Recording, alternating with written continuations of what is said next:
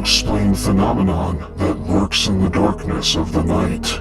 I think that they're different from us. We might share some of their DNA, but I don't think we're that related. We live in a world where the unknown mysterious phenomenon manifests itself. Because there's a lot of stuff going on. And this is stuff that's being told to us by people who know about it, who are part of, the wildlife community. Could they be explained? The last time I'd been to the park alone, I thought I saw a very large dark shadow, at least in that. Hello folks, my name is Chris Fringe, and tonight, join me as I discuss the unknown phenomenon that lurks in the world. From dogmen to Sasquatch to the paranormal, let's dive into the unknown. You're listening to The Venomous Fringe.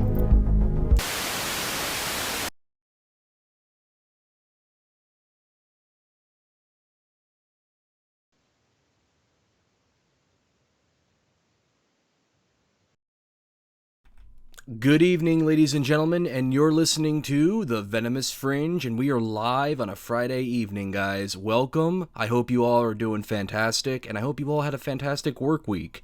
While the weekend is on the way, we figured we'd do a live episode. Tonight's episode, we're talking Dogman and aliens, with special guest and other individual fellow fringeaholic, cryptozoologist and UFO researcher and alien gray researcher, SenSai. Hello everybody, welcome to the stream. I hope you all are well. Tonight's show, of course, we're going to have a nice good one, and I can't wait to bring SenSai on the show. As you know, SenSai did a show with me about a couple weeks ago. We were discussing the great Dogman cryptid, as well as the majority of other cryptids from rakes to Bigfoot to Mothman, and a lot of people were asking about him, and I'd rather bring him back and have him come on the show and discuss some more interesting topics as well. And it'd be great to have him on board again and to sit down and to talk and always do the great things as great as possible. So, of course, as always, everybody, thank you all for tuning into this great show tonight. Before I get him on, I want to make a couple quick announcements real quick. It'll take no less than 60 seconds. If you would like to get in contact with me, you can get in contact with me through thevenomousfringe@gmail.com. Folks, check the description right now. You're going to see a bunch of links. First link, want to get a hold of me? Venomousfringe@gmail.com, that email right there. If you want to join a Facebook group dedicated to the Venomous Fringe, Cryptids, and Paranormal, hit that link. If you're a Facebook user, feel free to join. We'd love to have you aboard. If you guys would like to help support the channel, we're not doing YouTube's monetization program because they've demonetized us, as well as also, unfortunately, decided to lock out other cryptid content creators and other miscellaneous creators as well. So if you guys would like to support the show and help us with equipment and other funds, feel free to leave a donation at the PayPal link down below.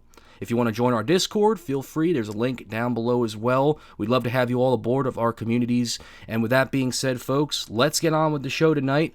As I said, we're doing Dogman and aliens. I'm joined right now with my guest, SenSai. SenSai, good evening. How are you? I'm well, Chris. How are you?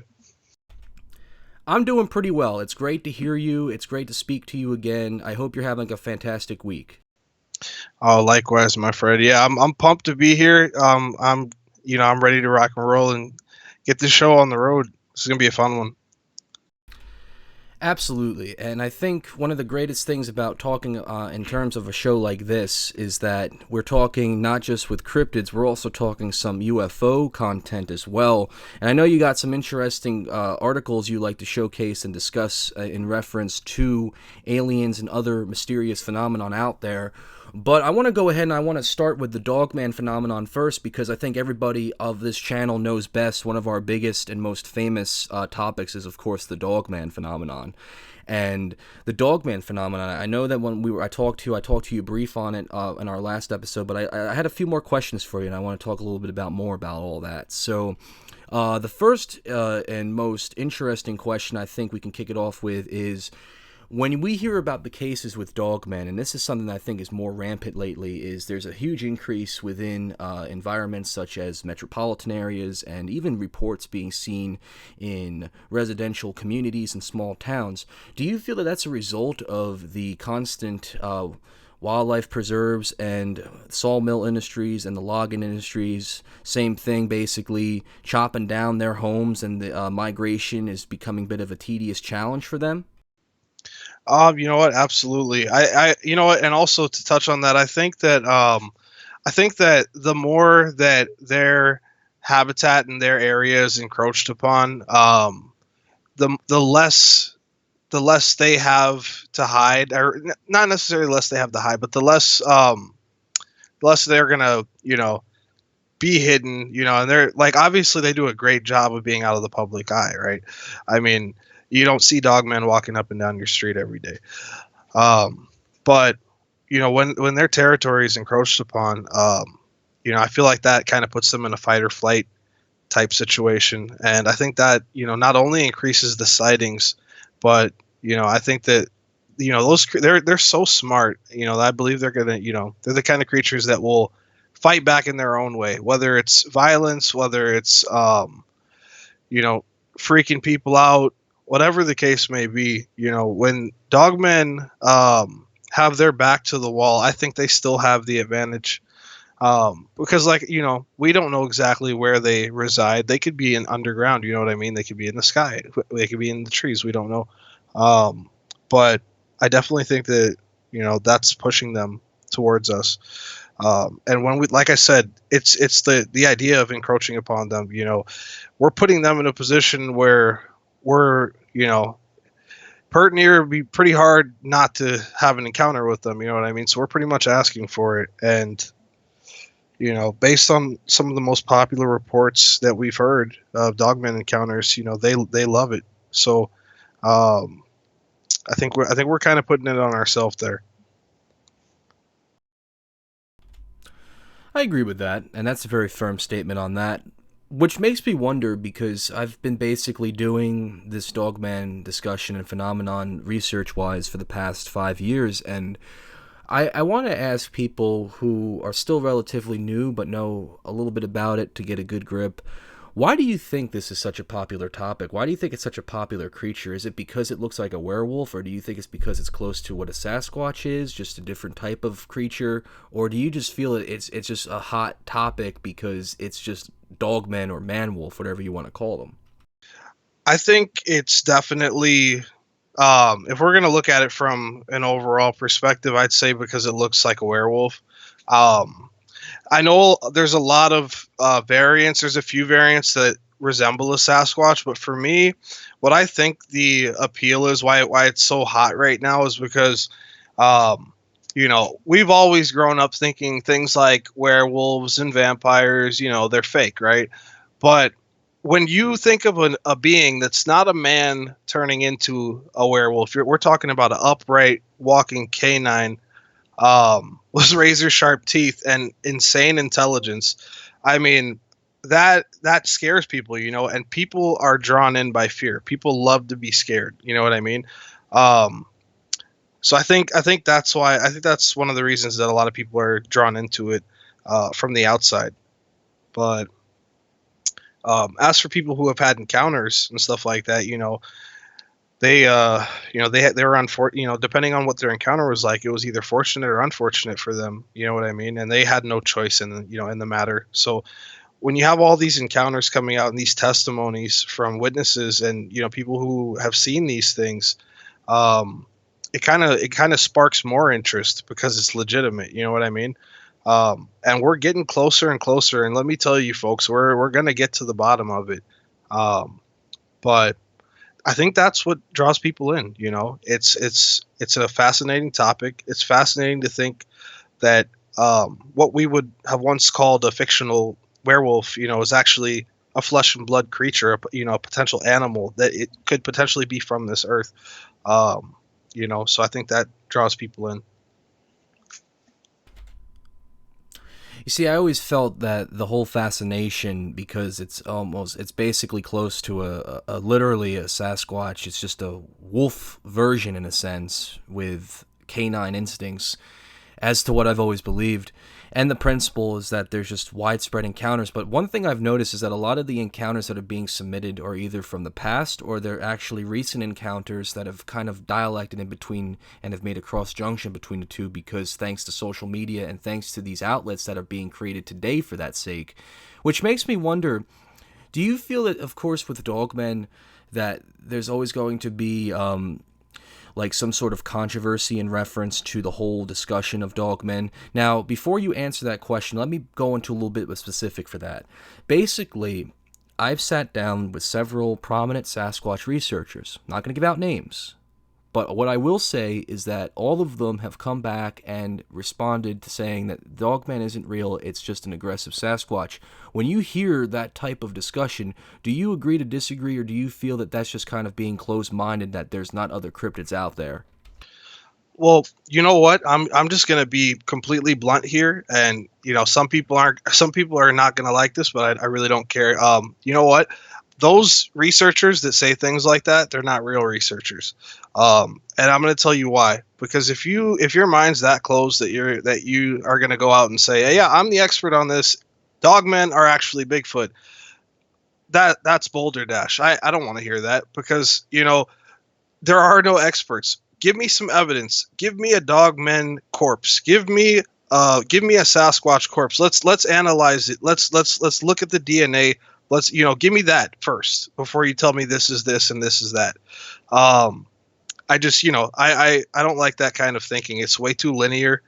You know what I mean? So I don't agree with those guys, and I really don't think that they're I mean, they may consider themselves researchers, but a true researcher is somebody who goes out, whether it's in the field or on the web or in their mind, whatever, and they keep their mind open, especially on something that hasn't been confirmed with concrete smoking gun evidence. They keep their mind open until they can get to the truth. Like a real researcher is somebody who wants to get to the truth. Like when you start to section things off and say, okay, well, no, this is not that way, and that's not this way. Well, yeah, I don't agree with that. I mean, give me the proof first, and I'd like to see a stamp approved for you that says you're the biggest expert on it. Until then, I mean, just keep your mind open, man. Get out there and be positive, and don't try to muddy the waters or the community. You know what I mean? You want to how do I put this? You want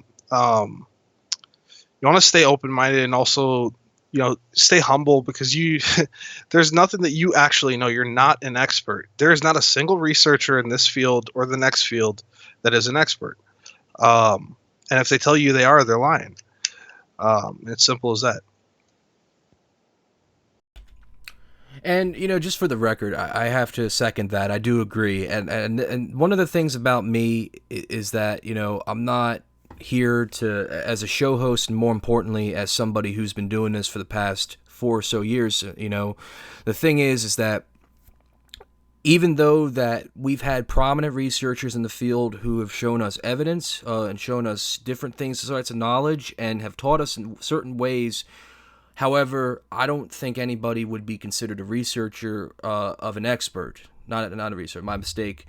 But I would not consider nobody an expert, because of the simple being that we don't even have, I think, at least, to be honest, we only have 20% of information out there. I don't even think we've reached 80, 50%, not even 50%, because of just the simple being that we're still learning these things. And I've always, and I will say it to the day I die, I strongly believe that these are a flesh and blood animal. Anything else other than that is a totally different creature.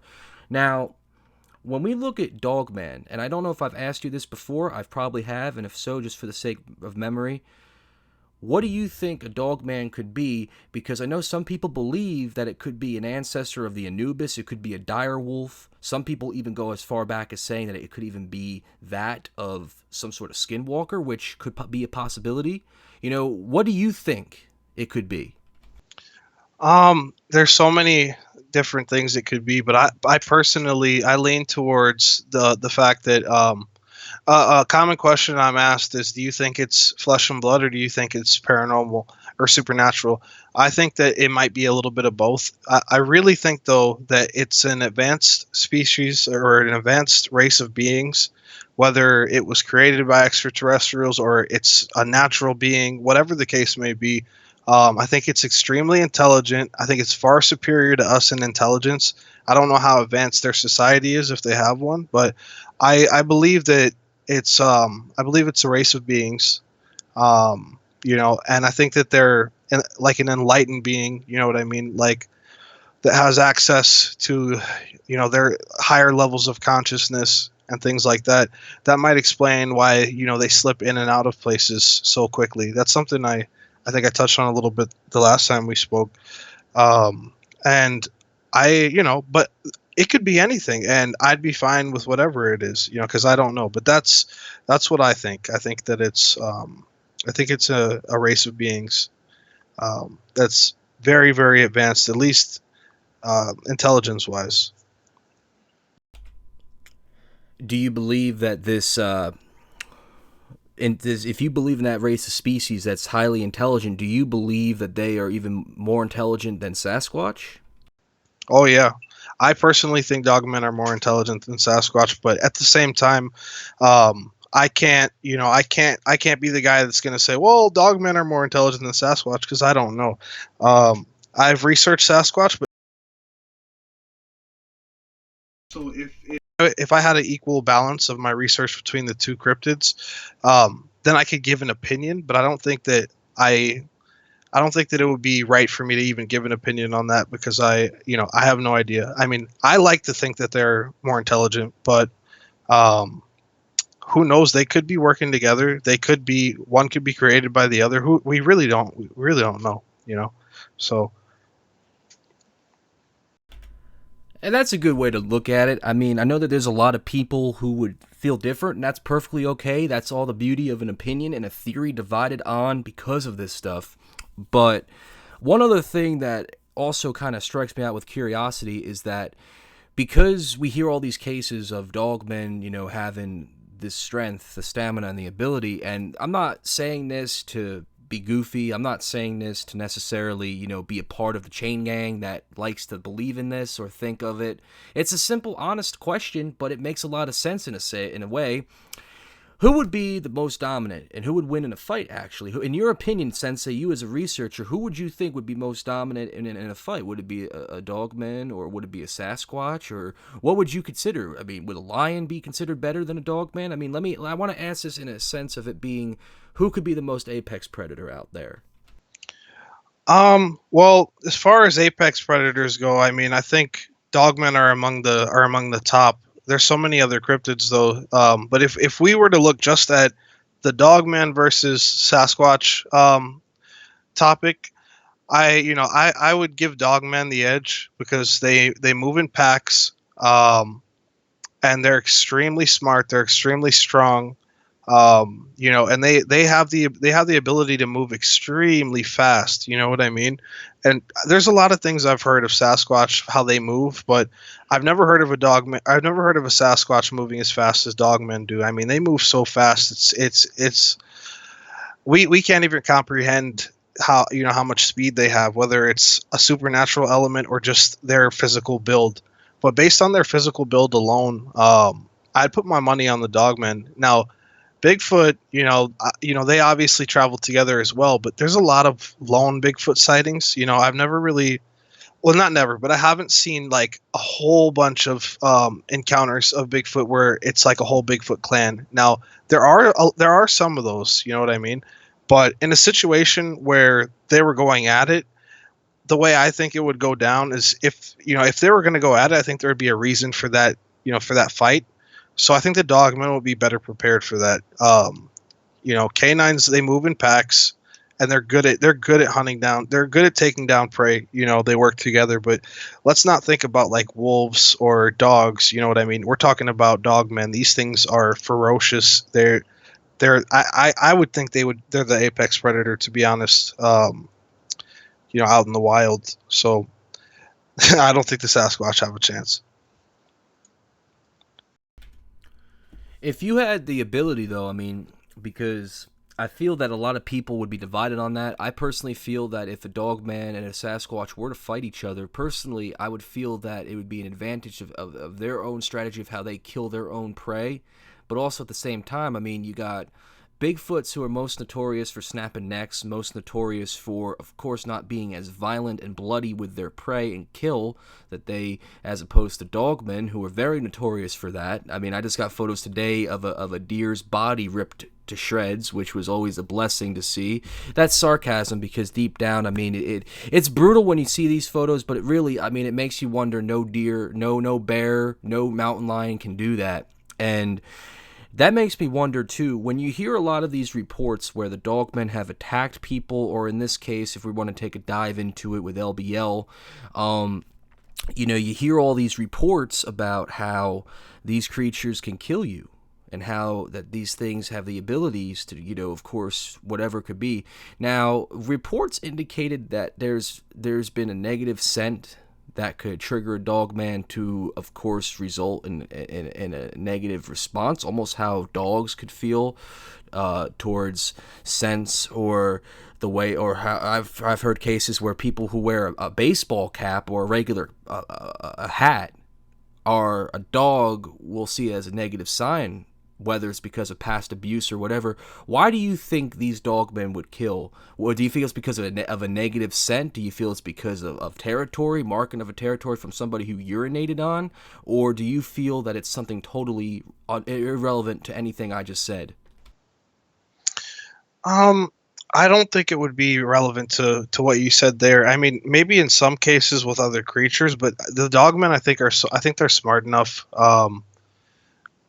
that if they were to kill, I think they'd have a reason.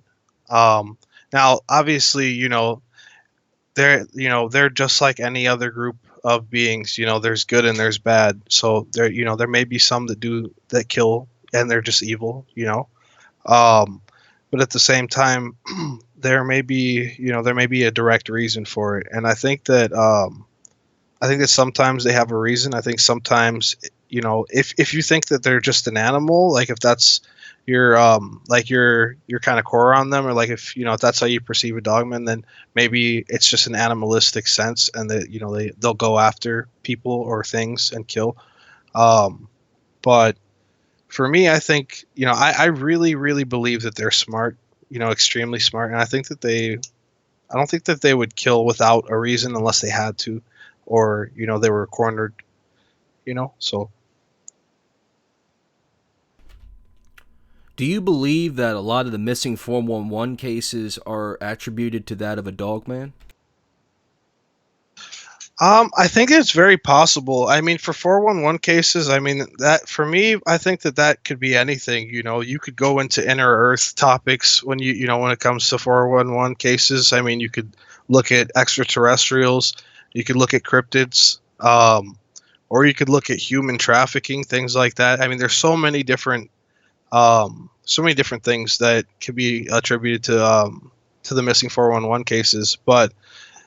From reading on David Paulides' stuff, I mean, I don't know. I think it's possible that some of them may be, but I don't think that. I think that's kind of outside the characteristics of a dogman, from what I believe. I mean, who knows what these things are? What their intentions are. None of us really know, but I don't think they'd be a driving force in that. I think there's something much bigger at play there. Oh, I believe it, and there could be more to it.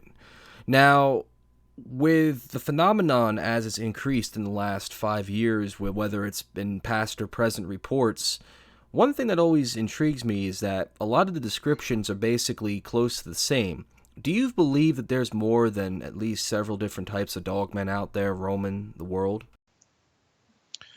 I think so. I think that there are variations.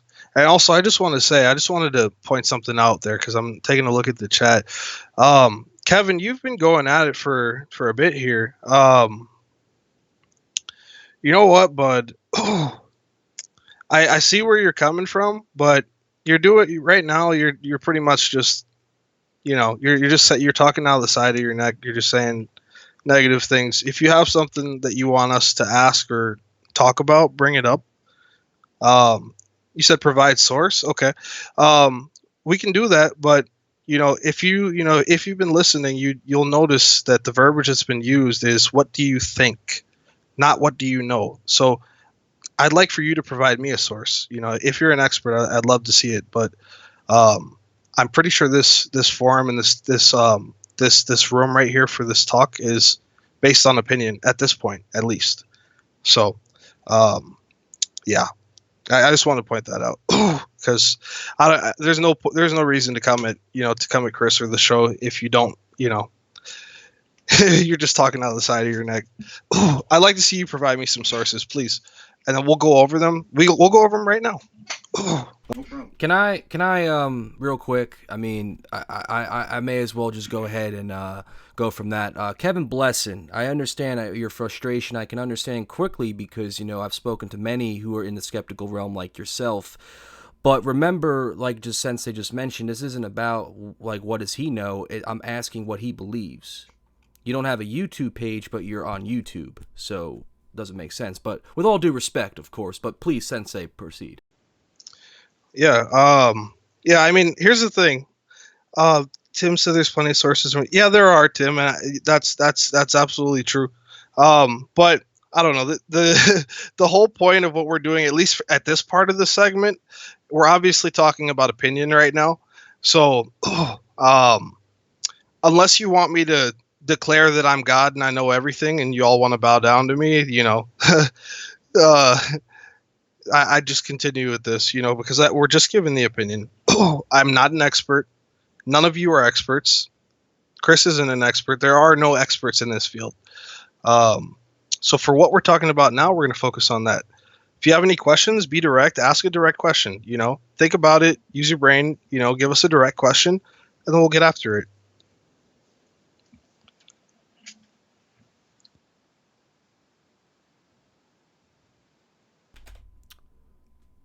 Well, with that being said, of course, Dogman and Skinwalkers, and of course the whole 411 on that, I mean, why do you feel people always assume or at least believe that these are totally different, or at least close to the same creature? Do you think it's because of the way they look, or is it because of just how they act? Because I feel that there's a difference if there was a dogman or man-wolf or a werewolf and a skinwalker. I feel there's different creatures. I mean, what do you think about that, Sensei? Well, the first part that you said there is like the comparisons with them. I don't know, to be honest with you. Can you hone in on that a little bit more? Can you be a little bit more specific with that? Okay, so basically, we have this. It's been divided. It's been in the groups. It's been discussed in some of the Discord chat once before about how people believe that the creatures are supernatural, or that these are more of a werewolf creature because of the way they act and because of the way they look. But when we look at European folklore and when we look at the history of all this, we think of this whole scenario where people could transform under the full moon. We have the silver bullet theory, but dogmen have bled, have been chopped up. But would you think that dogman would come back to life and surgically reattach itself without even having the capability of being sewed back on? I mean, basically, there's a whole rift between them being supernatural and flesh and blood. And I've always argued that they're flesh and blood because there's not enough evidence to provide on the table that would say to me that it is a supernatural animal. What do you think about all that? Do you feel that is it more of a skinwalker animal? Is it a werewolf? Or do you just feel it is a dogman's a flesh and blood animal? I think it's more flesh and blood than anything else. Now, I do also believe that there's a possibility that there's some supernatural mixed in there. But I don't think it's I don't think it's like if you cut its head off, it's going to grow right back. You know what I mean? I think that they bleed and they die just like us. But they definitely are more, at least their bodies, their physical being, I think is a little bit more strong than other cryptids. And other beings as us, as humans, for example, they're, if we get shot with a 50 caliber, bullet, we're probably going down right away, right? Dogmen, they take bullets, they take shells, and they stand up, they stay up, you know what I mean? They just walk off. And sometimes there's no blood. So I think that there's something there. I don't know if it's supernatural or not, but I definitely think they're more flesh and blood than anything else. You know what I mean? Like, I think they can be killed. I think they die. You know what I mean? I just don't know at what level. I don't know, what their plane of existence may be. That makes sense. Fair enough. I agree with that. Now, we hear back in the day, right? We heard all about the whole scenario with our history books, with our country folk and foreign country policy working on that whole conspiracy behind the super soldier formula, the big formula that'll wipe out the one major superpower to take out the next. Now, one thing that really fascinates me is that a lot of people believe in the impression that a super soldier formula is that of a Dogman. Do you buy into that whole conspiracy or belief, or do you feel that it could play a factor, but it's not fully that? I think that I think that it could play a factor. I don't think it's fully. I don't think it's fully that. I think that those things are. I don't want to call them out. I don't want to call it outlandish, but I don't think that it's fully. I don't think it's fully that at all. What do you think of these cases when dogmen do lunge and do chase a person? Do you feel that that's a bit of a common instinct when it comes to them of the canine branch, or do you feel that they're just trying to weave out somebody out of their territory? It sounds like a pretty rhetorical question, but some people believe differently about it. Oh, personally, I think that it's situational. I think that usually it may be to get people out of their territory. It may be a chase just to cause fear. There's so many encounters that I've heard, and many of us have heard that someone will encounter a dogman and it will give chase to them, but it won't physically assault them. You know what I mean? It will just scar them for life.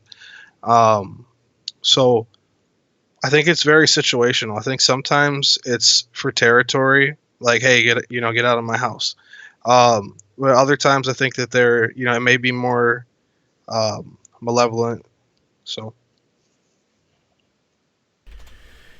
I was speaking to Charles Urban, and when I spoke to him about a month or so ago, we were talking, one of our last episodes was about the cryptids and pop culture and how pop culture has influenced the whole cryptozoology context and the whole concert of things.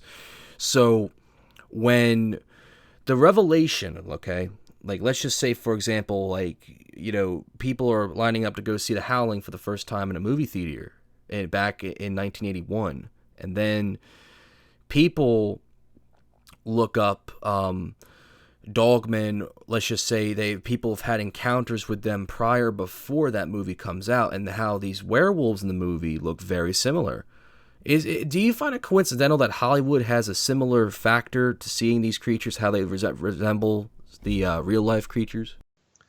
No, I don't at all. And you know what? I feel like that's part of the powers that be. I think that's part of their magic, if you will, or their end goal, to hide the truth in plain sight. And you see these things time and time again. You'll see movies with UFOs, or movies like Star Wars, things like that, that are super outlandish to the average person. But then when you really look at it and you go over it, you're like, okay, well, this is connected to this. This kind of makes more sense. Wow, I wonder if this is legitimate. You know what I mean? You have to really pick things apart and read between the lines. But I think that, especially a platform like Hollywood, like movies and stuff like that, I think that the truth is hidden there in plain sight. You know what I mean? So when a lot of people that, report encounters with dogmen, they'll bring up movies like Van Helsing. You know what I mean? They'll bring up these movies and, they'll compare these beasts. And I don't think that's a coincidence at all. I think that it's just the truth being hidden in plain sight. Interestingly enough, the movie, the 1981, not a werewolf movie, but it's actually a very good movie. It's very underrated in my opinion. It is Wolfen. Wolfen tells the story of um, a bunch of supernatural shapeshifters, and they are basically targeting all the corrupt and all the wrongdoers in New York, or at least 1981 New York. Now, some people, including myself, have often wondered, could Dogman chase and encounter people for the purpose being of those who are negative individuals who've done wrong? Because let's be honest here, I mean, a Dogman eyewitness could tell you a story, but they won't tell you a little bit about themselves or what they've done in their past to kind of get that amount. It's almost like it's like a karma almost, but do you buy into any of that, or do you feel that could be just like, a bit of a overlooked theory or something that's just totally irrelevant and just a work of movie magic and fantasy? No, I think that could be very plausible. I think that could be the case in a lot of encounters and situations. Like I said, I think these things are extremely smart. I think that their consciousness collectively is higher than ours. So I think some of the encounters that are had are, they weren't accidents. I feel like sometimes these creatures pick people out, and then at the same time, I think that there are tons of encounters that are by chance. People just were in the wrong place at the wrong time. But I definitely think, like what I like to when I'm asked this question, I like to bring up the fact that like how dogs and cats and domestic animals are pets. They can see things that we can't see sometimes. They can sense negative energy, whether it's on people or they're seeing like entities or apparitions. I feel like if that's something that our domestic animals have the ability to do, imagine what a dogman would have the ability to do. What they could see, what they might come up with when they're reading a person. You know what I mean? So. Real quick, because Timothy in the chat had just brought up an interesting question. I mean, maybe I asked it like in a sense too, but I guess it's for the sake being of it. What is the difference between a werewolf and a dogman, in your opinion? Well, Tim, you know what? I think the difference is a werewolf is a creature. It's a human. A werewolf is a human that's a shapeshifter that turns into a dogman, but not. Well, no, you know what? I'm gonna take that back. Not a shapeshifter. It's a human that turns into the beast, but in a supernatural way, like on a full moon. You know what I mean? Something that it didn't have control over. Whereas I think a dogman is a dogman all the time. I don't think dogmen transform into anything else. I think they're dogmen all the time. But I'm also open to the view that dogmen and creatures like Sasquatch and all these other cryptids could just be a projection of what they want us to see in them. You know what I mean? Depending on what the being might be. But from a dogman perspective, I lean the most towards it's just dogman all the time. It's in that form all the time. And when you look at a werewolf, it has a supernatural element to it. It's kind of out there. I'm not saying I'm not saying that werewolves are fake or anything like that, but definitely, I think that's the difference between them, because they're, it's one that's a human that's afflicted and has a curse, if you will, and it's a dogman. It's just it's just a dogman being a dogman. It's just what it is. It's that being. Now, not to get into the whole controversial or the conspiracy part, because I didn't bring my tinfoil hat for the evening, but what I did bring was just a question and curiosity. Why do you feel the government would want to keep these creatures locked up outside the sawmill industry? Maybe it has something to do with the whole concept of them necessarily possessing that aggression or that wild behavior that could be needed for something, perhaps maybe genetically experimented on. I mean, I'm not trying to sound too science fiction or fantasy, but more along the lines of, you hear these reports and you hear about how reportedly in South America there was this big dogman armor warrior battle between military operatives. Like, why would the government want to take the extended leverage on the Dogman, so to speak? Well, let's say hypothetically, most of the variants of Dogman that are encountered are actually escaped or active duty soldiers, if you will. I know that might sound out there, but bear with me. Let's say that they're active duty soldiers, or they're programmed and genetically made to fight for whatever world government or whatever government in the world, you know what I mean, whatever country. Let's say that they're that. Well, then that changes up the game right there. You know what I mean? That completely changes up the game, and I think that they'd have more reason to keep that hidden from the public, because I mean, if you have a weapon like that, you're not going to say, "Hey guys, so we'd like to introduce you to this new species that, by the way, we created ourselves." They're not going to come out and say that. You know, it's the same thing with extraterrestrials. Everything is under wraps. I mean, there's some things that tonight I'm not going to talk about. You know why, and I've said before. But as for the Dogman, I don't know. I don't really think that they are something that the government made. I personally am against that. I don't really believe that.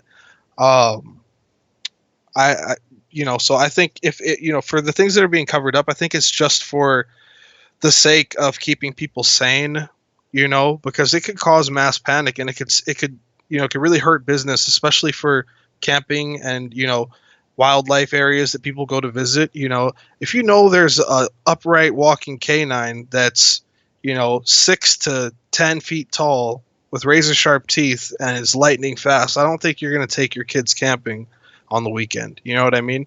So I think, that's what I lean towards more. And you know what? Also, a few stories that I've heard, government wise, they have a code word for Dogman, which I believe is black cow. Anybody, if you're here listening, correct me if I'm wrong. If you've heard that, comment about it. I believe that they refer to them as black cow on their radios and whatnot, when discussing them. So I think that I don't think they're in control of them. I think that we know that they're here. And I think that, it's just kept under wraps because they're super dangerous. They're dangerous to business and they're dangerous to people. And I agree with that. But one thing that real quick, because I know you mentioned you couldn't talk about a couple things, and I understand why. But for those out there who are kind of curious to know why we can't explain, I mean, Sensei, can you please explain a little bit more so we can get a better understanding, please? Yeah, absolutely. When we go into the extraterrestrial topic later on, there's some things that I'm just not going to talk about. We'll try to answer any and all questions. But when I was a UFO researcher, I had an encounter, not with UFOs. This was with humans.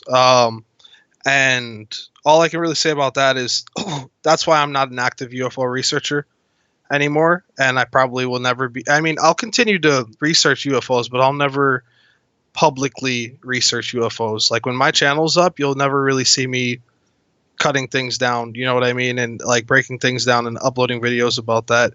I'm always open to talk about it, but the people who want that stuff shut off, the people, the powers that be that, they want your mouth shut. All I'll say is my experience was good enough for me to keep my mouth shut, and nobody will get me to open it. But that's a whole nother topic. It's a whole nother thing. And just so for everybody that's watching, I just want you to know, you're going to get as much information as possible about the extraterrestrials and stuff like that. My opinion, and from what I know, you know what I mean? And evidence we have, like, there's just certain things, like as far as government stuff is concerned, I'm not going to talk about government stuff, if that makes sense. I'm going to talk about all the aliens and theories, all that stuff, but government stuff I'm not going to really get onto too much. That's what I meant. And to add on to that, I mean, folks, I'm going to make it perfectly clear, and I think, not to cut off from the interview, but something I just want to quickly address is that, yes, this channel is being monitored.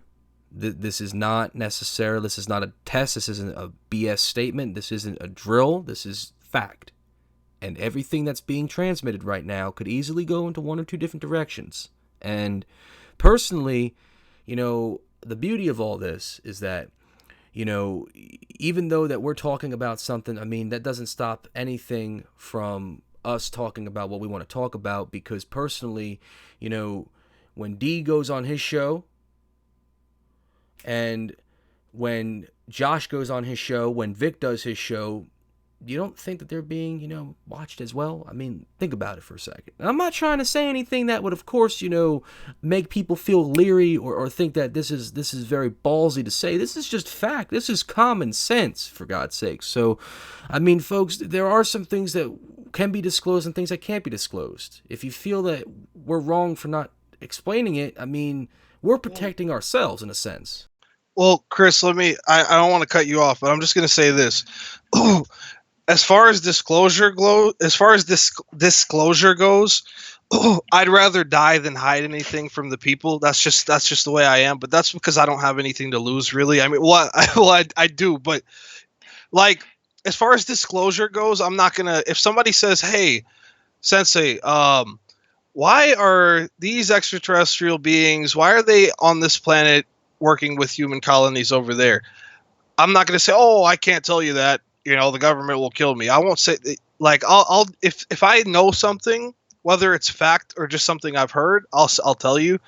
I'll say it to anybody. But if it's something that I was told to shut up about, that's a different story. You know what I mean? Like, if it, and those are topics. It's not like one thing specifically. Those are topics. So, I just want to throw that out there, because I know what you meant, Chris, about the disclosure. Like, yeah, we have to protect ourselves, but I'm all for disclosure. At the end of the day, it's one of my main goals is for us to have disclosure.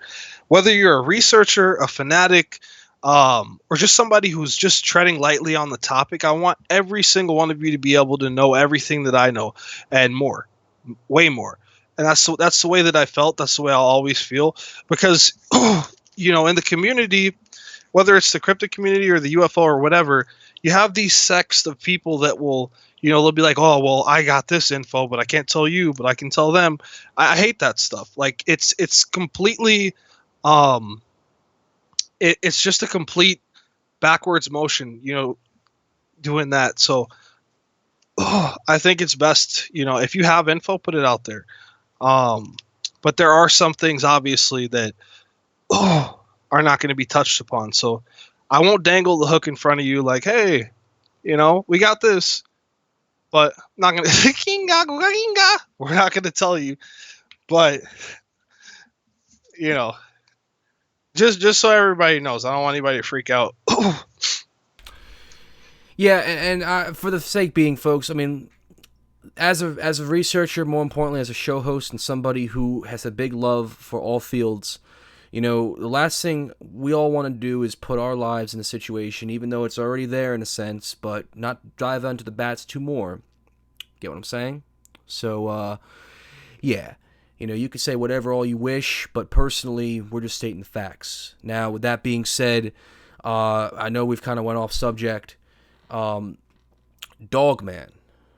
Before we wrap up our section here tonight with Dogman, personally, Sensei, have you considered going out there in the research field and taking the dive to go ahead and investigate these things? I mean, you've mentioned that you've tried to do this, or at least you're trying to, but where's your stance with it? Like, what is it that you would want to do as a researcher to go out there? What would you want to collect? What are your things you're looking out for? What is it that you want to do that's different from any other researcher, will still give you the amount of information out there possible? Well, you know what? I just want evidence that's solid. I want high. So for my operation, I've been in the field, but we didn't film anything. I have a film crew, if you will, friends that are really close with me that have high quality camera gear And a lot of the stuff that you find out there, like videos and clips, they're all pixelated. I want to get clear images out there, whether we capture something or not. Same with the audio. I just want to get evidence. I want to get legitimate smoking gun evidence. That's my main goal. Tim said, "Where did I last research?" In Illinois, northern Illinois. My next destination is Wisconsin. I'm going to spend about 7 days down in the Bray Road area, and we'll be filming that. That's something that we've already had going on. It will be going underway soon. No, I have not been to the Ocala National Forest, but yeah. So I think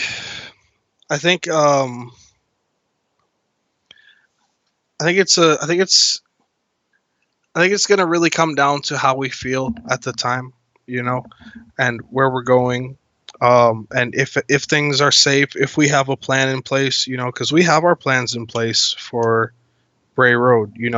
If anything should happen to me or the guys that I'm with, we already know what to do with the footage, where to get it. We have people who know where we're going to be. You know what I mean? But yeah, my goal is just to get smoking gun evidence. You know what I mean? That's about it. Smoking gun, everybody's favorite, in a sense. Now, another thing that I really find to be very interesting is that some people have discovered an interesting cave system, okay? A nice little habitat, so to speak, of, preferably on the eastern front, you have, in Pennsylvania, the Pennsylvania cave system, and many people have reported hearing reports of growls and howling in these cave systems.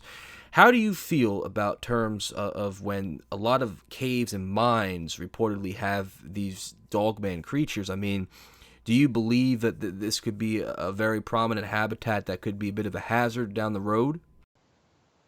I don't know if it would be a hazard, because if anything, it already, if it's a hazard, or if it will be a hazard, then it already is, in my opinion. But I think that those caves, I think they lead to tunnel systems, and I'm a believer in inner earth. I believe that whether it's the inner earth that you hear about, like Agartha, or we're talking just caverns and caves inside of the earth, I think that there are definitely I think there's definitely life there, and I think that there are cryptids that dwell there. So, I definitely think that I think they're there for sure. I don't think they would be any more of a hazard to us in the future than they are now, unless we continue to encroach on them. You know what I mean?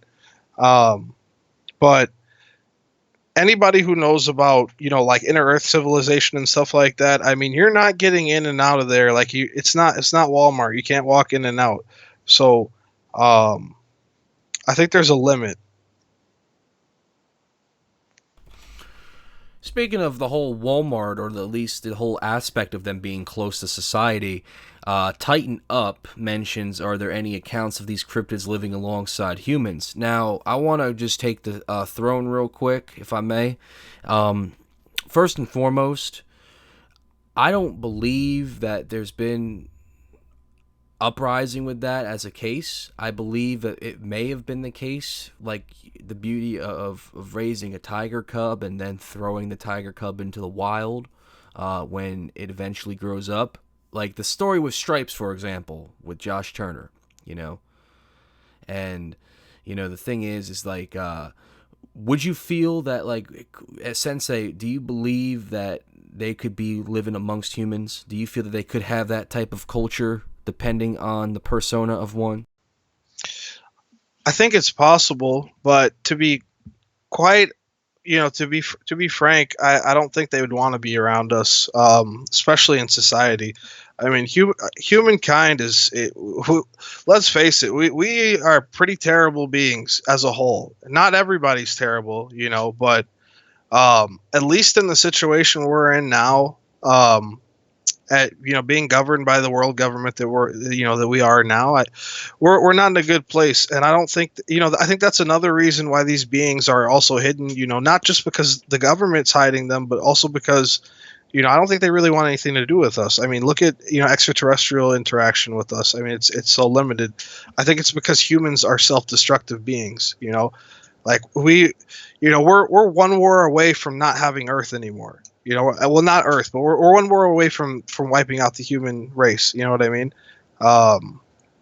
So if I was a dog man, I would not want to be anywhere around humans. If I was anything, I wouldn't want to be anywhere around humans.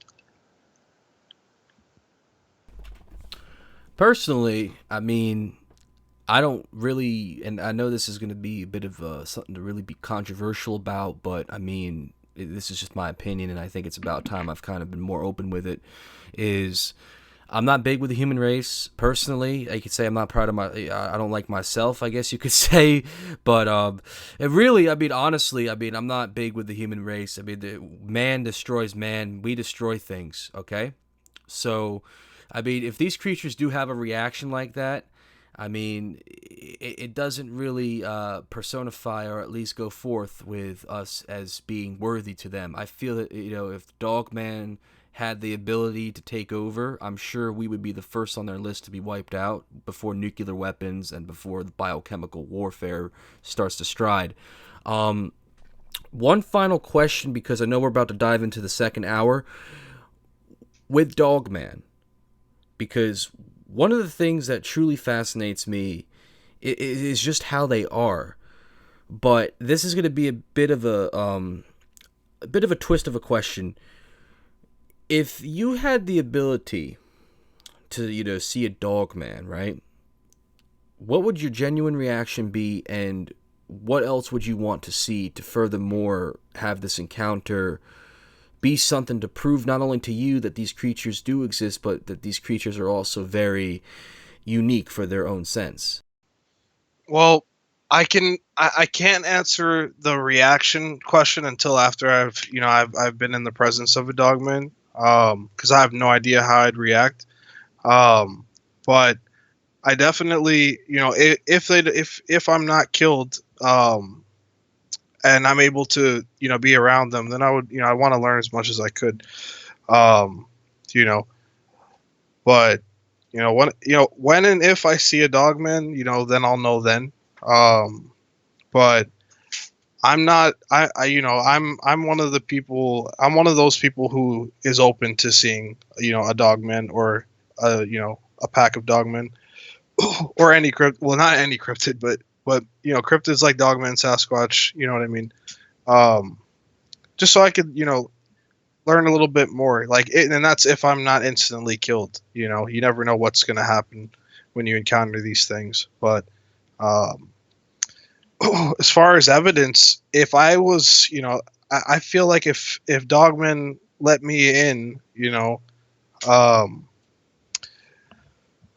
I don't know if they'd even want, I doubt they'd allow me to do anything, because you don't have too many people out here right now, that are living with a Dogman pack and, taking selfies with them. Now, if it was possible, then yeah, I'd love that, in a heartbeat. I'd risk everything to do that, but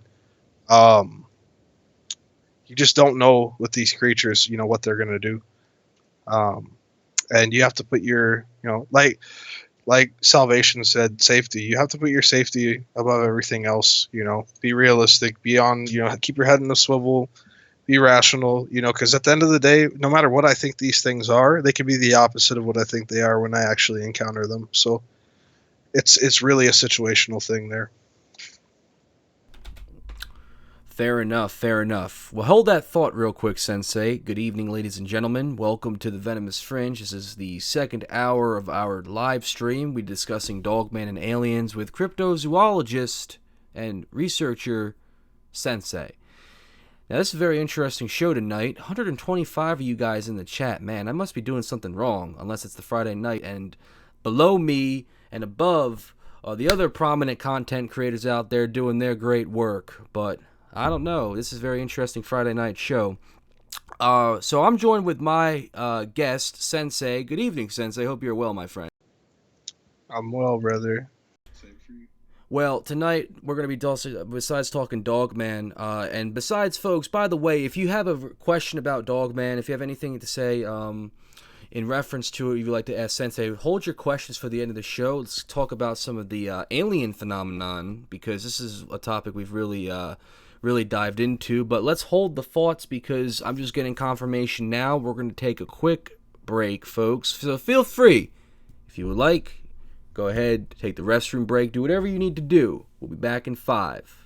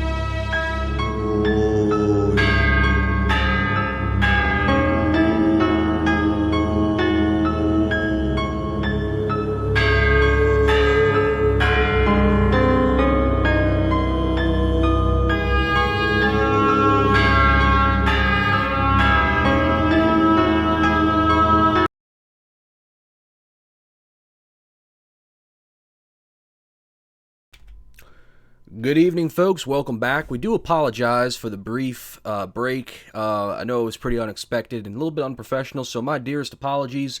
But anyways, folks, the Dogman hour is now out of the loop. We got some more to talk about this evening. So, as you know, joined by Sensei. Now we're going to be talking a little bit about the infamous alien discussion. And the big whole discussion on aliens is something we really haven't touched base with on this channel, but I think it's great to kick it off with this. Sensei, welcome back to the show. How are you, friend? I'm great, man. Glad to be here. Can you tell me a little bit about your inspiration? What really got you into the whole alien, the whole UFO discussion, the whole craze about it? Well, what really sparked my interest was just the thought that there are other intelligent and more intelligent than humans beings out there, all over the galaxy. There are so many. The universe is so big. You know what I mean? There's so many different galaxies. And to think that we're alone in the universe, when you think about it, and you use probability, I mean, it's so unlikely. You know what I mean?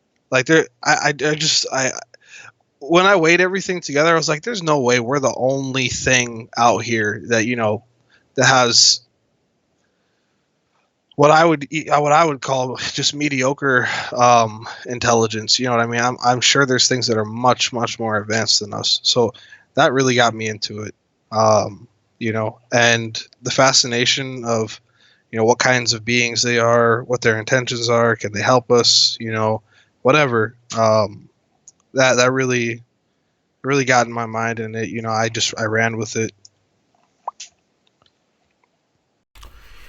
I think when it comes to the UFO and the whole alien phenomenon, it's something of very interesting interest. It's probably been one of the most oldest and most discussed phenomenons besides anything worldwide topics, because it's probably one of those topics that it's hard to really get into and discuss without necessarily the whole background of things. But what do you think internally? Do you feel that there are visitations from UFOs, or do you feel that there's more to it in a sense? Do you feel that there's something within that can't be really discussed, but to an extent be? I think there's a lot more to it. My personal belief is that as far as visitation goes, I mean, I believe that there's extraterrestrials here that live here permanently. And obviously they come from different star systems. But I think that there's more. I think there's more in play, especially with beings like the reptilians. I think there's more in play as far as manipulation of the human consciousness, whether it be electromagnetic manipulation or just on a global scale, on a worldwide scale, of our consciousness, and then our government and the way things are run. I think that there's a lot more that goes into it. You know what I mean? Like, a lot of people talk about abductions. I personally, even though I've been on the UFO subject for many years, I never really got too much into abductions because most of them, a lot of the time you'll find that, the people that have those encounters being abducted, they're seeing people in government, in government clothing, military clothing, you know what I mean? Or they'll see the Greys, the beings that are, have been genetically engineered, to just, check out things, whatnot here on the planet and off planet. So I don't know. The rabbit hole goes deep there. I mean, we could go as deep as you want. I mean, there's so many different possibilities, but yeah, like I said, I think that, I think it's mostly, just different races have different intentions and they visit for different reasons, whether they're here permanently or, they're coming from, and, they're coming from their planet here to see, their people that are here, and maybe they have a deal with our governments, our world governments, whatever the case may be, there's so many different, things there, It's hard to wrap your, it's hard for me to describe that, in one go. There's just so many different races at the, alone. There's so many different races, So every being, in our conceivable universe has its own conscience, and some are good, some are bad. So. Now, I'm not bringing this up for the sake being of the ridiculous phenomenal craze that it's given because of how silly it is, but I guess it's in terms of the whole fascination to why it's being a prominent base of operations and possibly could be, though I doubt it. I think there's another base that carries all that phenomenon. What's your whole intake with the whole Area 51 craze when it comes to UFO, when it comes to alien? Not on the terminology or the craze of the big buzz with Facebook. I don't want to let that distract you or anybody in the chat right now from what I'm trying to get at. What I'm getting at is, for years, we always hear about how UFOs, aliens, and whatnot, Area 51, Groom Lake. What's the whole buzz with it? Do you believe that there's something really there, or do you think it's in a different facility and Area 51 is an actual government-operated base? I think that Area 51 at one point in time, held a lot of the things that are the main attraction to it now. But I think that Area 51, if anything, even back then, even way, way back in the 70s and 60s, 80s, I think that even back then it was still just a cover. I mean, you have bases like S4. It's said that there's bases underneath the Denver International Airport. There's so many different. The way I see it is like this. Area 51, now it's known to the public, right? Yeah. I mean, I guarantee you that if you went in there right now and the doors are wide open, you wouldn't find a thing, because there's so many things that are classified that we have no idea about, and I'm sure that there are bases that are 10 times what we would imagine Area 51 are, that are in places we would never expect to look, and we probably will never find, whether they're on planet or off planet. So I think Area 51 at one point had some relevance. I think that, it housed some UFOs and maybe even corpses of extraterrestrial biological entities. But at this point in time, right now, I think it's just a base. I think it's just a cover at this point in time. I mean, if there's anything I know, is that the government's good at covering its own. It's good at covering its own tracks. So I doubt we'd ever find anything at Area 51. Even 20 years ago, I doubt we'd find anything there. In the late 60s, now this is around the Mothman phenomenon, but directly somewhat of a connection, but not fully. The whole UFO flash and light buzz, the whole lights in the sky, back in Point Pleasant, West Virginia, circa 1966, John Keel was researching this phenomenon before the Mothman craze, and one of the big things about all that was that in that event, people believed that there was some sort of paranormal / invasion uprising that was impacting, and that was, of course, around the time of the Mothman and the dispatch of the Men in Black. Do you feel that all of what I just said in terms of that, do you feel that, like, with UFOs and the whole craze of the Men in Black and the Mothman, do you feel that there's a connection between all three, or do you feel that they're actually all the same, and that this is possibly the UFO dropping down MIBs and the Mothman for whatever reason? I personally don't see any connection with Mothman and UFOs or extraterrestrial biological entities. To be honest, I don't see any connection there. If anything, when I think about Mothman, I think about a supernatural entity, whether it's bad or it's good, doesn't make a difference. I think it's a supernatural entity. Some might call it a demon, some might call it an angel, like the angel of death, like I said, in the past when we talked about it. But I don't think it has any connection to extraterrestrial biological entities, personally. Are you familiar with Injured Cold?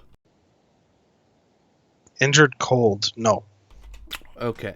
Well, I'm going to explain it, and if you have an opinion, feel free to.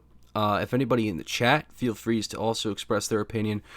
Injured Cold was this mysterious figure that was being seen in the 60s, right around the same time of the Mothman buzz, and people were seeing this strange guy that would grin, the smiling man they would used to call him. And he was a very mysterious guy, and a lot of people believe that Injured Cold was an alien, somebody, of course, or a demon. Some people even went as far as saying, that. But I know, I think one of you guys in the chat just mentioned that too, which made me bring that up. And, the thing is that a lot of people believed that Injured Cold was some sort of alien-like person because of the way he acted. Like, he didn't act like a normal human being. Like, he would literally just stare at people, or he would just grin at you, never blink or never do anything. And even the MIBs that were being seen around this time too. There was one case, it was in Keel's book. I have the Mothman Prophecies book. And Keel made mention of how one night at one of the diners, one of these MIBs came in, and they literally were sitting around at the diner figuring out, well, I think I want this. The waitress, or I think I think it was a waitress that actually pointed it out, and they got a steak, and the guy and the men in black were literally just sitting there figuring out how do they eat this thing, or what do they do with it. And the waitress demonstrates how to cut the steak and the fries and whatnot, and the MIB is sitting there and fascinated with this. It's almost as if his face looked like a Christmas tree. Reportedly did not eat, takes the silverware and runs off. Now, does that sound like unexplainable and very odd human behavior that's very abnormal to you? Well, yeah, absolutely. And you know, the men in black or the MIB in particular, they're widely thought of to be an extraterrestrial being, whether it's a drone that's like a biological drone, kind of like the species of the Greys, um, because they act like that, and they have for as long as they've ever been recorded. And there's very few occurrences where they've actually been recorded or captured. It's just mostly testimony. But yeah, that definitely sounds like the MIB. And it definitely, to me, to me personally, I think that I think they're connected there, and I'm hearing a little bit of an echo. I think they're connected there, and I do think that they're not human, but I think that they look human enough, and I don't think they're shapeshifters. I think that they just look human enough in their form, whatever their regular form is, that they are able to be here, and they're kind of like a little police force, if you will. So definitely really interesting. As far as the MIB go, I mean,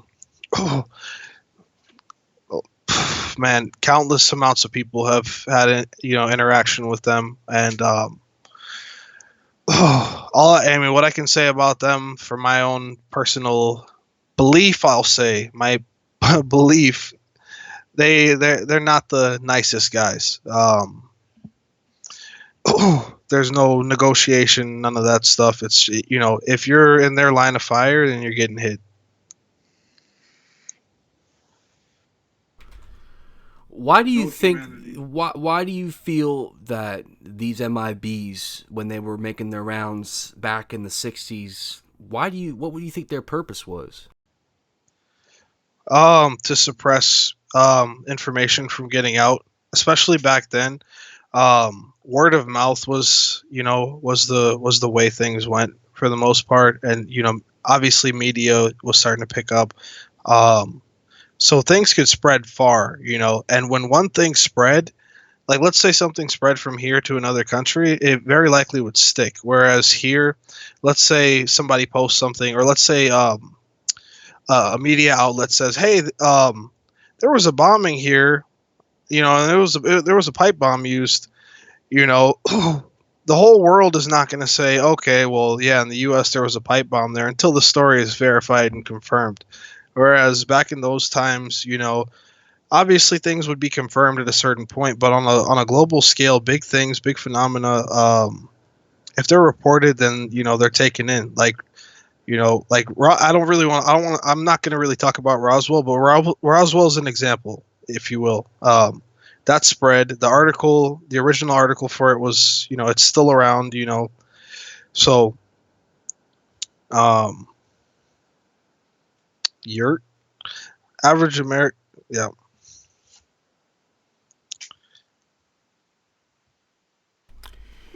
what do you think of the whole situation? I'm not going to talk about it for the sake being of talking about it, but I'm just make a quick mention of it.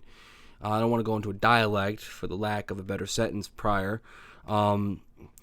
The whole Roswell incident, I mean, it's a controversial place, and I'm not going to get into too much detail about it, but with Roswell, I mean, would you classify that as possibly the closest and most depicted source of alien contact in our great soil of the USA? No, not at all. And I'm not going to speak about Roswell, but just so for everyone that's listening, just so you know my opinion on Roswell, it's completely, this is my opinion. I believe Roswell is completely and totally irrelevant to the grand scheme of things. It means absolutely nothing. But like I said, I'm not going to talk about that because as you know, like we talked about earlier, they do these things and they search, and there are keywords like that, for example, like Roswell, Area 51, those are keywords. So it's not, I'll just say Roswell's not even worth talking about, to be honest. It's, it doesn't really have that much significance to me, to be honest. I will say though that, a lot of controversy came from it, right? But obviously because they lied to the American people and to the world. They were like, oh, it's a weather balloon, after they had reported exactly what it was. I mean, nobody's that stupid. It's not swamp gas. But I'm gonna leave it at that. Fair enough. Now, I want you to give us a good idea on the situation. You submitted me some articles here that we're going to be taking a look at in just about a couple seconds. Now, can you give me an honest dialect on these articles? For example, which one would you like me to open up first and take a good look at and go into detail with? I want to talk about the reptilians. And the reason I want to talk about them first is because a lot of, like, when you talk about the UFO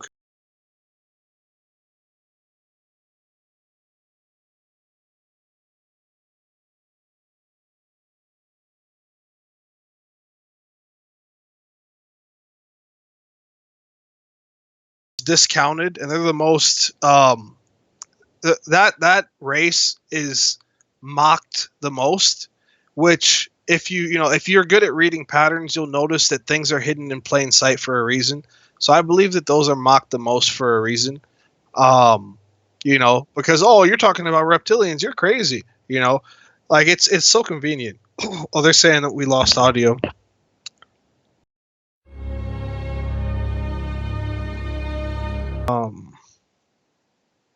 Real quick, folks and Sensei, just give me 1 second on our Reptilian desktop server where you can see these articles. Just give me 1 brief second, folks. You will hear audio in just a second, all right? Just give me a second.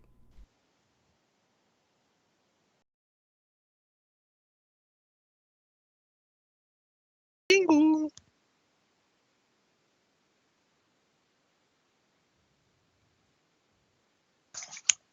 Yep, I'm here.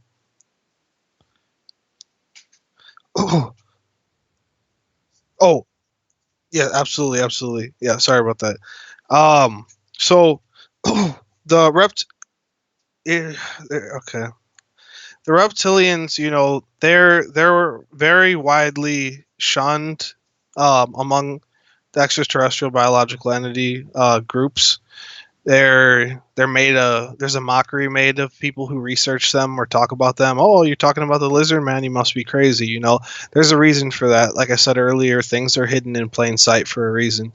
And it's very easy for the powers that be to tell the truth without you knowing it's the truth by laughing about it. You know what I mean?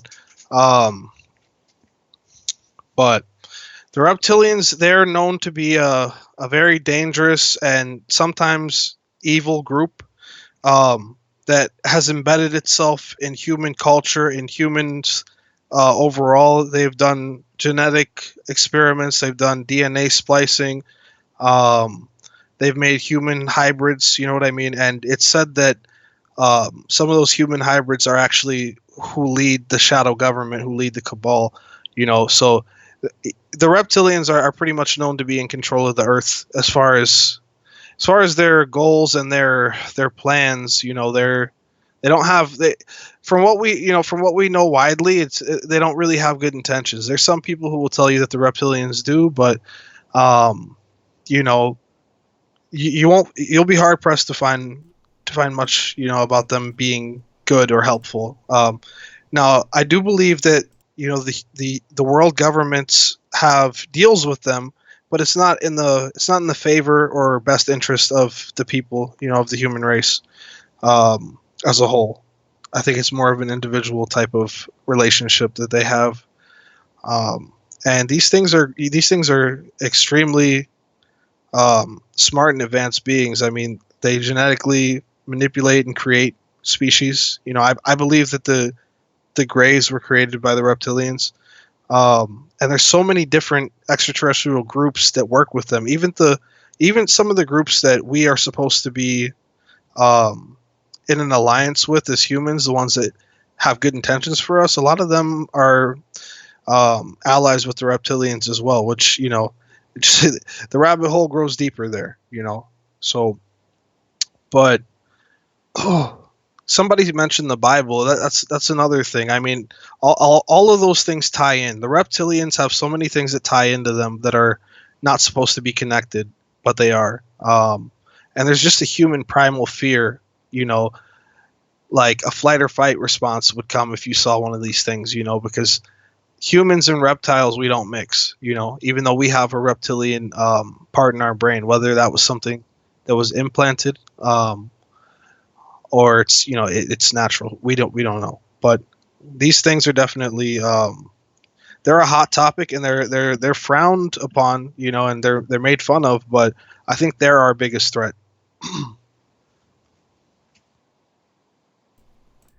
Now, can you go into the gray alien abduction discussion? Yeah, absolutely. My personal belief is that I'll tell you about what's popular. I mean, the gray aliens, they conduct experimentation, abductions, cattle mutilation, things like that. The gray aliens are pretty much they're like the scientists of the reptilian mantis group. I believe they were built and created by the reptilians or the mantis beings, as well as the Nordic beings that are fair-skinned, blonde-haired extraterrestrials. I believe that they were created by those three groups, and I believe that they conduct experiments on the Earth because they're working directly for those groups. I think that the species of the gray are really they're like cameras. They're like biological cameras that bleed and die. Like they conduct experiments. They take information, and I think they work directly with the world governments, humans and reptilians alike, and just pretty much do what needs to be done to further their research. I feel like it's overall it's like a big science experiment. You know what I mean? And we obviously don't have the upper hand in it. I mean, we're not the ones doing the experimenting. We're being experimented upon. So that's how I see it. This is 100% what I feel. Reptilians are a master illusionist, which is why I think they've kept. That's why I think so many of us are blind to what may be going on. I'm not going to say that it's true or it's not. I'm not going to force anything on you, but if you just connect simple dots and simple things that shouldn't be connected, and you start seeing where they fit in there, it's like, okay, there's something going on here.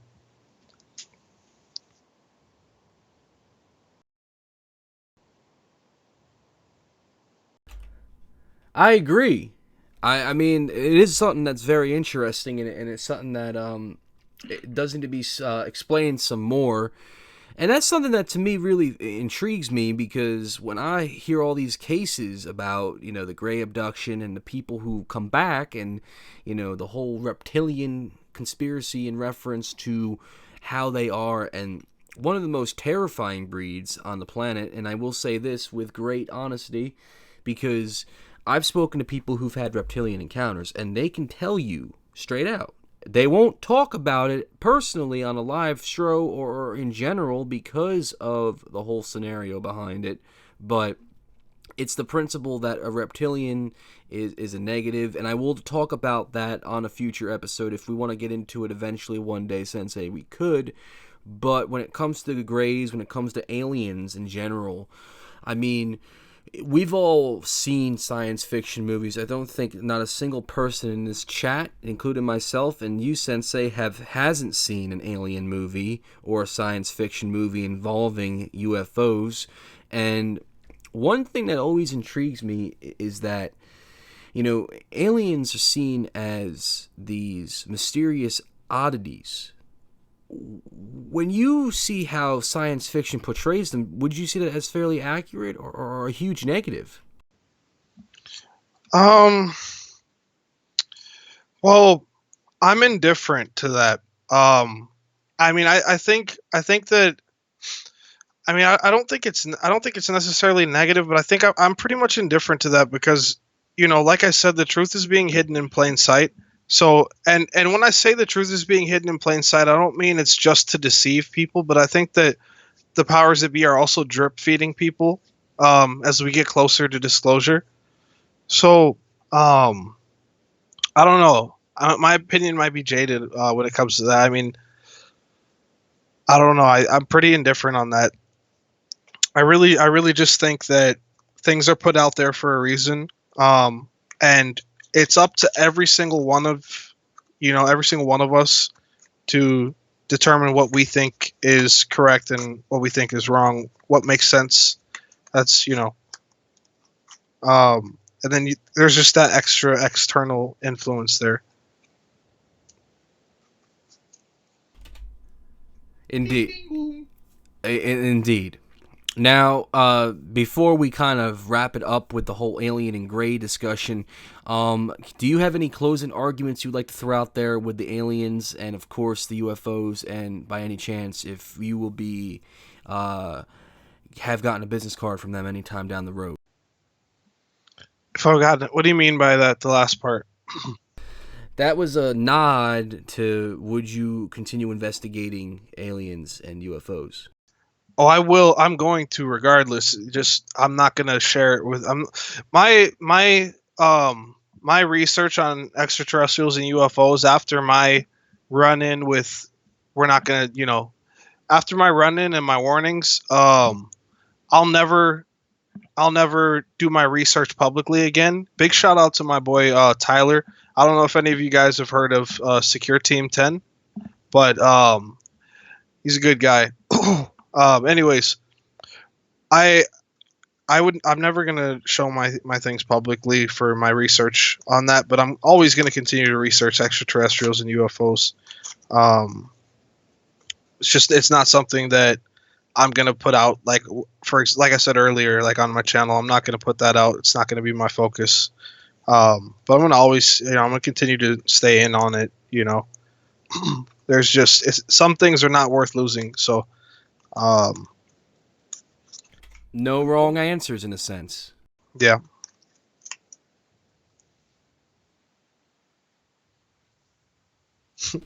Well, the show's still going on, folks, because, even though that we've discussed Dogman and aliens and Sensei's given his most honest opinion, now it's time to do a Q&A. I think it's important we do these Q&As, and we like to sit and talk with all you guys, and I think it's that time into it. If you guys do have a question for either me or Sensei, or if it's for both of us in a sense, you just want us to ask in our opinion, go right ahead, because right now we're gonna dive into that portion of the show, but, Sensei, as always, man, it's always great to speak to you. It's always great to talk to you. The name your researcher, you prefer to be called Sensei, I guess? Yeah, I mean, I'm fine with Sensei. I mean, some people call me TJ, some call me Sensei, but I think moving forward, especially like when I do my channel next year, I think I'll go by Sensei. And real quick, I just want to bring one thing up, because I was looking at some of the comments. There's nothing that I'm scared to discuss. I just want to make that clear. I'm not scared to discuss anything about this topic. It's just there's certain things that without me saying any, like, I can't even really explain. If you catch my drift, I can't tell you why why I'm not going to say certain things, but I'm not scared to talk about anything. We can talk about anything. Throw anything at me. Let's go. Um, it's just there's certain things I'm not going to talk about, whether you like it or not. And those things I'm not going to bring up myself. It is kind of my point. I mean, you could ask me a million questions. It's not going to, you ask me a million questions, I'll answer every single one of them. The things that I'm not going to bring up are things that I'm not going to bring up. So, yeah, I'm not scared of anything. You just have to understand this is, if any, you just have to understand this is it's not fake. If you think it's fake, that's fine for you. Go dabble in it, give it a shot. But, yeah, you don't want that. Can I tell you why? Should I answer that? Or can I answer that, Chris? Well, I mean, it's up to you. I mean, do you feel comfortable explaining why? I mean, I get why. You've told me why. But I know for the 135 watching, some get it, some don't. And I'm not saying it in a negative form. I'm saying it in a sense that some people may not get an understanding why. There may be the extra pinpoint. You know what I'm saying? You know what? My best way to answer it and to sound fair and not irrational and like a douche, this is what I'll say to you. Those of you that are sitting there right now, like, well, why even say anything about it? Like, why can't you talk about it? There's some noise there. Why can't you talk about it? What I'll say to you in response is go research UFOs and extraterrestrials, and go get in a research group in your hometown or somewhere close to you, and go full force into the extraterrestrial and UFO research and UAP research. Give it a shot yourself, and if you get anywhere close to the truth, you'll know why. That's the best way I can answer it. I don't mean that in a condescending way. I just mean the only way you'd know is if you're in the situation. You know what I mean? Other than that, I mean, it's not worth it. For me. Oh, Chris, there's a lot of noise coming in there. I can't hear anything. Can you hear me?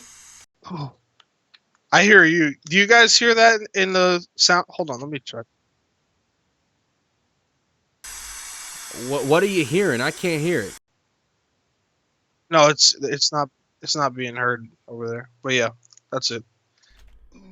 No, that's fair. I mean, honestly, the thing is that at the end of the day, folks, I mean, it's all about understanding, and I think that's kind of what the main message here. One of the main reasons why I do this show to begin with is the whole principle. But we get it. But yeah, no. But here's the thing. If you guys want to throw us a question, or if you have something to say to Sensei, we're going to be on for the next 20 so minutes. So, I mean, in this time being, one of the biggest things, and I just want to take a second to take over the throne real quick. No disrespect to you, of course, my guy Sensei. The thing is that when we do our research and when I bring on the guests, of course, the biggest and most important thing is that we always want to put out the content and the understanding of what we're here for. And like Sensei, you mentioned, we're all on the same team, and that is very true. We are. Because, I know everyone's not going to agree with everything that you might say or what I say, but at the end of the day, we're all here to research and to learn. There are researchers out there that don't want to go out there and put out the learning expertism into it. And I use that word very vividly, but the way I'm putting it is that there's not enough. There's always going to be those that'll make it a rotten apple, and there'll be always ones that make it a nice fresh sweet apple. So there is a question though coming from Cemetery Hill. Question for everyone: is Dogman a result of evolution, experimentation, voodoo, curse, mythology, folklore, supernatural, tulpa, etc., etc.? Sensei, I'm going to let you take the throne first on this one.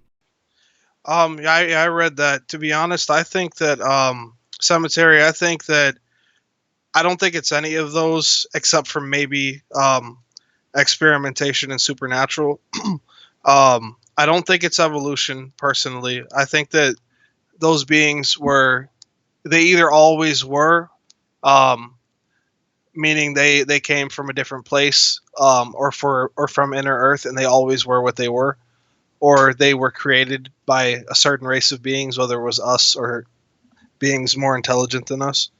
Um, but I don't think that they came from mythology, folklore, tulpa, or evolution, voodoo, or a curse. Now, what I would say though for werewolves, though, I think werewolves are from a curse, but those are werewolves and dogmen, in my opinion, two completely different things. So, I personally think that I think they always were, or they were created for a reason. Agreed, and I always believe that, they're a flesh and blood animal created, of course. They've been there for thousands of years. I don't think that they've been, genetically made, or in general a conception of that of our favorite Dante. There's one of you guys, Rick loves Wing Chun. He said, Fringe, have you heard of Chella Cooley? Now, Chella Cooley, I've heard of the name. I've looked her up right now. This is a woman who is reportedly an ET UFO paranormal experiencer, and apparently the mother of hybrid ET children. Sensei, have you heard of this person? Of who? What's the name? Chelsea Cooley. Yeah. I'll be honest with you. I'll never be a hypocrite and say that something's not real, because God knows what is real in this world, right?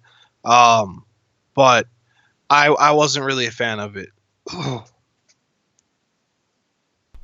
Robbie goes, which is worse scripted? Were you referring to reality television? Because I can give you a whole bunch of examples of things that would sound to be, of course, reality TV. But even reality TV, of course, it's one of those things. But if you're referring to reality television, or if you're referring to a show on YouTube, one of our content-related shows, be a little bit more specific is what I'm trying to get at with you, my guy. But, mobsters, he says. Or monsters.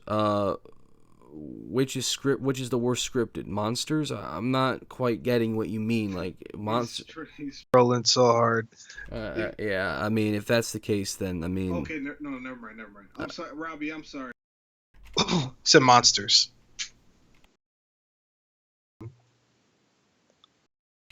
I mean, I kind of figured he wasn't, but, I mean, the whole thing is that, when it comes to, like, monsters, of course, I guess you could say, which is the worst monsters?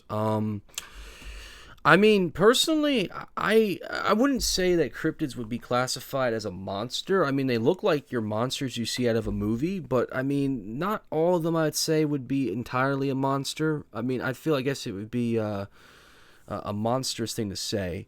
Or a monster, they had to do something very monstrous or something very, like, terrible, I guess. But maybe, let me reiterate, okay? They could be classified as monsters, but really, I mean, they would have to pull off a lot to get that monster-like mystique. But if I had to choose, I mean, the most apex of them all, it would be in between a Sasquatch and a Dogman. If I had to choose one, I'd probably have to go with a Dogman. Sensei, what about you?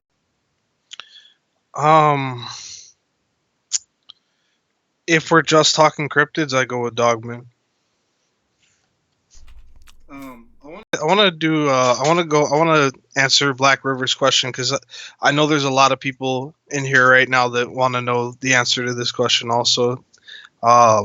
He said, is it because of possible repercussions the reason I won't talk about certain things? It's not, what I'll say, just so I can be open and you don't feel like I'm trying to hide anything. It's not possible. It's definite repercussions. So just take that, and that should tell you enough.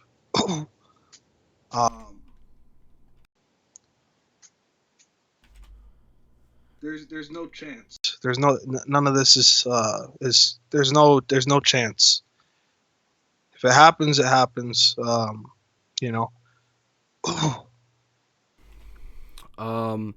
Now, Anna has a pretty interesting question.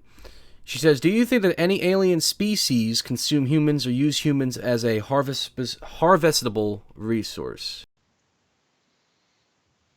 Do you want me to answer that one? Okay. Gunga. Absolutely. I think the reptilian beings, I think the mantis beings, and I think some beings that are human looking beings that look exactly like us. I think that they do use us for that. Now, not necessarily completely as a food source, like eating us, but I like the reptilians, for example. They feed on something called loosh. It's the you know what? I'm going to tell you what. Look into here. I'm going to write it in chat. Anybody who's interested in reptilians and the things that they do, or that they do some of the really horrifying, terrifying things that I can't say here because this video will get taken down if I start talking about it. Look for this because these guys are out there. I know some of you have heard of David Icke. I personally don't like David Icke that much, but a lot of the stuff he talks about is factual. In my opinion, a lot of it's Boulder Dash, but Alex Collier, he's great. So reptilians feed on loosh, which is the most negative and terrible energy that a human can put out. Like when we think we're about to die or we're dying and just in agony, pain, whether it's mental, physical, spiritual, all at the same time, they feed on that loosh. You know what I mean? And then other beings, same thing. And then there are some cases where it's been said that beings like the reptilians actually eat us. Because they have no respect for human life. Like they see a human and it's like, oh, it's like a dog treat. Yeah, maybe I'll eat you. Maybe I'll hear what you have to say. Something like that. But the loosh is what I believe they feed on more. And a lot of people, they think that a lot of people say, oh, things like folklore like vampires, legends like vampires are fake. Well, if you think about it, feeding on loosh, right, could be comparable to feeding on blood, which is why I consider reptilians the reality of what I consider reptilians and beings like that the reality behind the concept of a vampire. If that helps.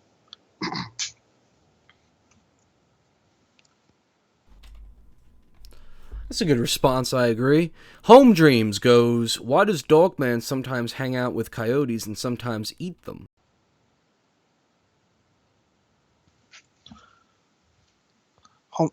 Hold on, I'm sorry. Can you say that one more time? I didn't hear.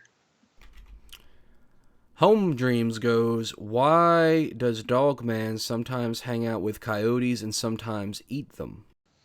Well, to be honest with you, I have no answer I don't really have a real answer for that because I've never heard of I've heard of them attacking animals, but like I said, unless I have the evidence in front of me, I can't really answer that. Now let's say that they do though. Maybe it's just an animalistic thing. Maybe just like when they kill humans, maybe it's like, okay, we're on their territory. Maybe the coyotes are on their territory. And then as far as the hanging out with them, for all we know, what we could perceive as a coyote could be a Dogman pup. It could be a puppy. It could be a baby Dogman. You know what I mean? So, that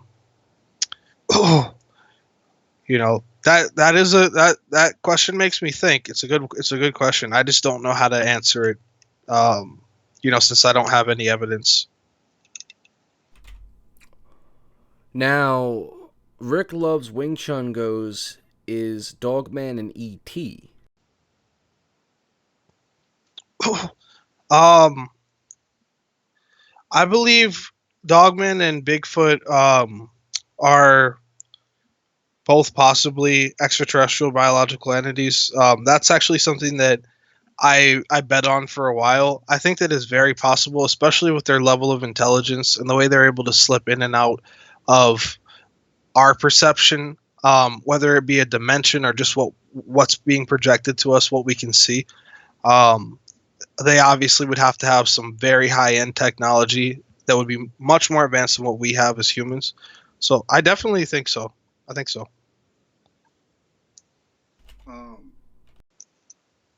I think it's possible. I don't definitely think that Bigfoot are extraterrestrials, but I definitely think that if they're not, then I definitely 100% think that they were engineered by them.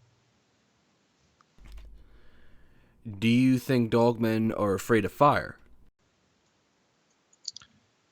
No. Timothy goes, can they be hurt? Can what be hurt?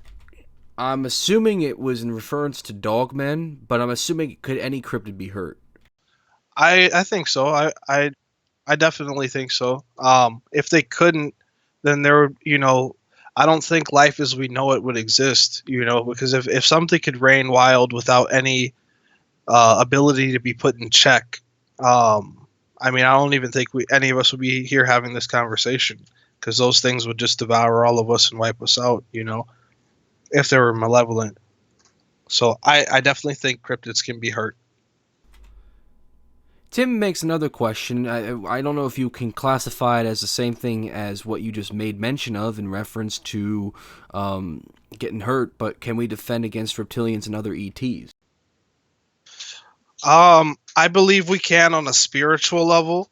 I believe if you open your mind and your heart and you choose to put your mind and your heart in the direction of love and positivity, and you meditate and you like I just want to say, guys, shout out to everyone who's here right now, because this conversation, this is a great example of how I'm going to answer this question.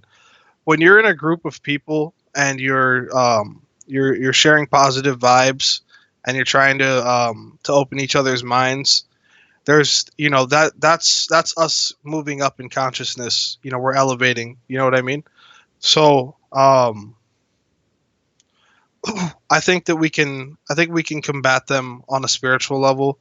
On a physical level, I'm not sure, because I personally have not gone toe to toe with a reptilian before, so I have no idea.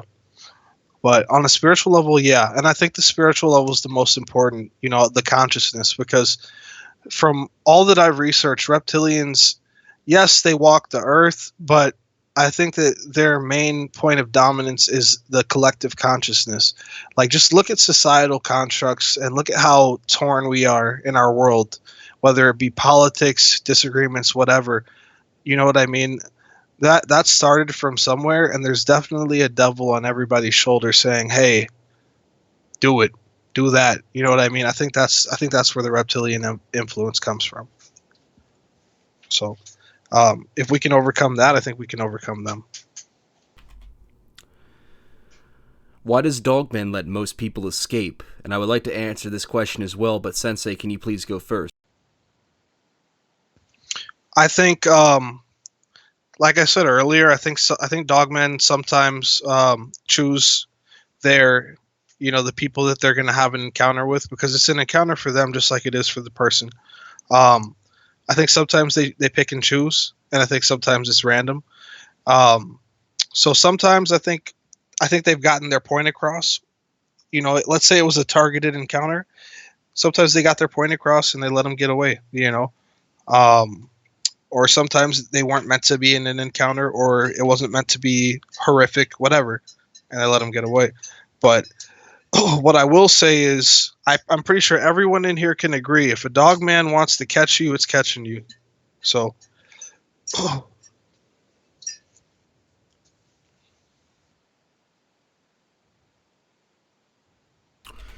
now, just so everybody knows, if I miss a few questions, my dearest apologies, but looking at some of these questions coming in through right now, James Bruce goes, do you think that a lot of misinformed one could be involved with Dogman? Now, I know I made reference to that earlier, but for anybody coming in, basically, I know that I believe that they definitely do play a role, in a sense, I mean, what that role could be is, of course, the fact being that in many of the missing 411 cases, there's often reports of having operatives, military officials arriving on the scene. Why would that be the case? What's the whole purpose behind it unless there's something being hidden? Now, Sensei, you made mention of it as well. What do you think as well, just for anybody out there who is just arriving into this chat? Can I get the bigger picture on that? Because I want to answer this question to the best of my ability. Do you believe that a lot of the missing 411 reports are attributed to Dogman encounters? No. Maybe some, but I don't think a lot of them are. I think if I were to use a percentage, I'd say maybe 2%. Like I said earlier, I think that they are largely based on much bigger factors at play, much bigger things at play, whether it's human trafficking, extraterrestrial trafficking, or taking inner Earth or what have you, dimension, like a dimensional rift, portal, whatever it may be. Like William just said, cracks in time. It could be anything. I definitely don't think that it's a Dogman Bigfoot thing, because if it was, I guarantee you, our Hell's Army of a government will put a stop to that, unless it was benefiting them. So. There's a knock at my door, but I'm gonna answer the next question. Ask the next question, not answer. Josie goes, cryptids been seen more often in the past 100 years. Any thoughts why? Could they have been close to extinction at one point? I'm gonna let you take the floor real quick, Sensei. Josie, I don't think that it's that they were close to extinction. I think that right now, our perception as humans, I think that we're getting a little bit less and less, or I think we're getting a little bit more and more drip fed. I think our consciousness is opening up a little bit more. And I also think as a result, if we were just to talk about the natural element of Earth and like deforestation, things like that, we're in a position right now where we're more likely to see the things that go bump in the night because there's not that much cover left for them as is. But I don't think that they were really close to extinction. I mean, because a lot of these cryptids that we're talking about, they have so many mysteries to them that they could potentially be extraterrestrials, or they could potentially be spiritual beings or supernatural. We have no idea. You know what I mean? And if they were just plain flesh and blood, bare bones, just plain flesh and blood,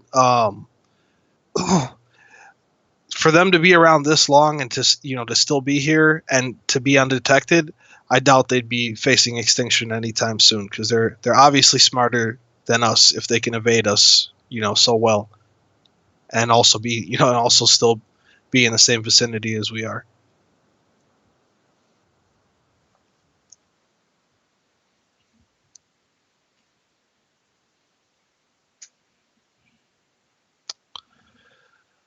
Okay. Oh, sorry about that, folks. All right. My apologies. I don't know how long you've been waiting, but looking at the chat now, it appears that the next question, do you think Dogman can save a person? Robbie Player goes. Absolutely. I think they have. I think they have countless times. I think it depends on the situation. I think a lot of encounters are very situational. So if a Dogman chooses to do something like that, then sure. I've heard of many different encounters where that's been the case. So I think it's definitely possible. And I think it definitely happens, actually. It depends on the reason why they're doing it. And, I don't think that a Dogman would save someone unintentionally. You know what I mean? I think if that happened, then that would just be chance. But if they do, then, I think it's something that they chose to do. They consciously made the decision to do.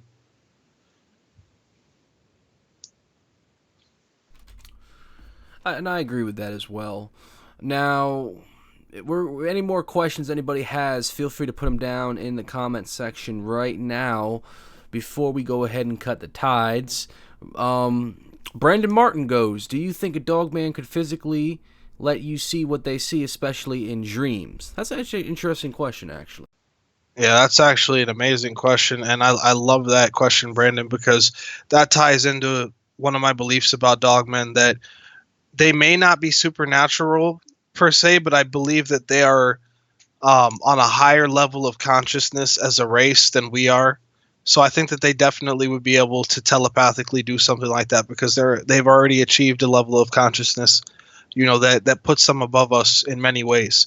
And obviously it's hard for me to say that. And if you're confused on what I'm saying, I'll say it in a simpler way. Their consciousness is at a level that we can't understand because we're not at that level of consciousness. You can't understand what you can't understand. It's as simple as that. So definitely.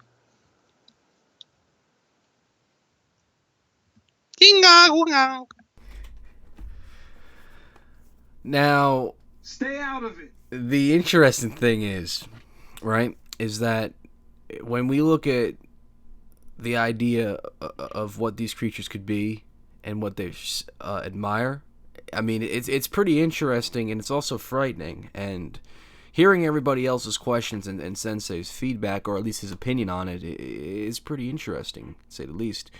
Are dogman nocturnal animals only? Screaming Stucca mentions. Absolutely not. Oh. Well, I can't. Let me rephrase that. I'm not an expert. Okay, so I can't tell you no.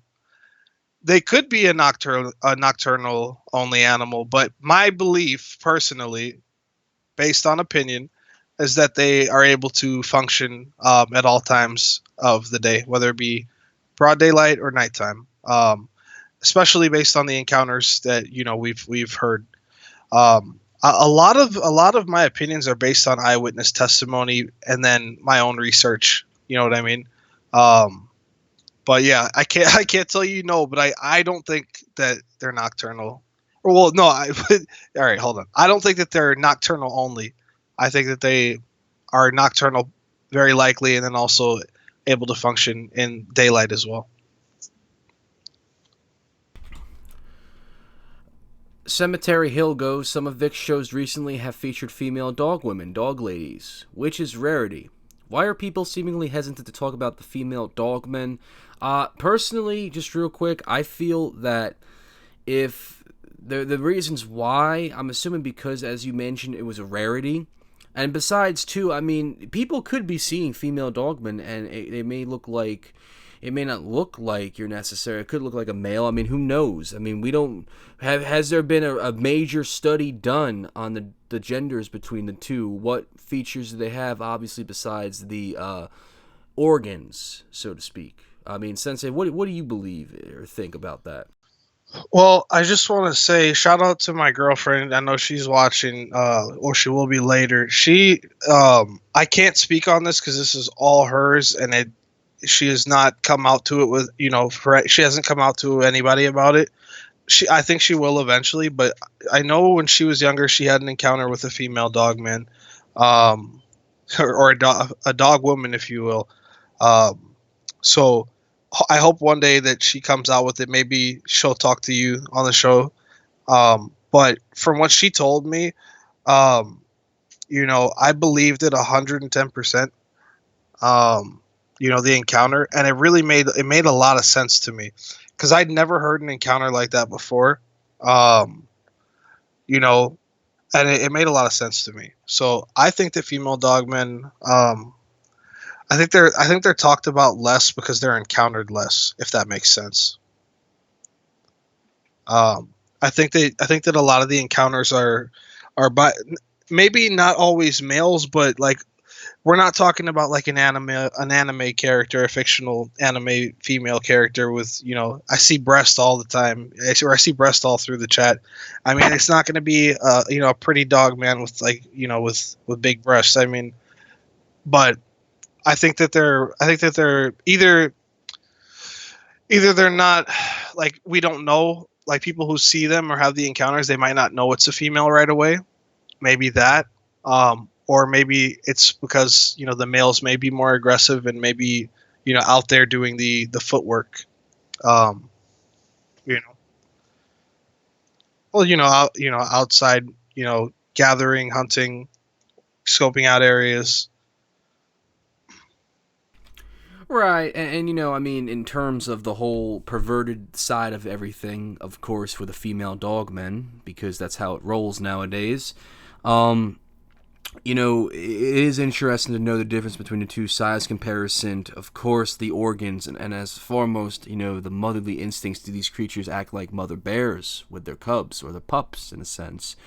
Now, Santino McKelly, I hope I said your last name right, I do apologize if I didn't. He goes, hello, did you ever see a dogman with your own eyes physically?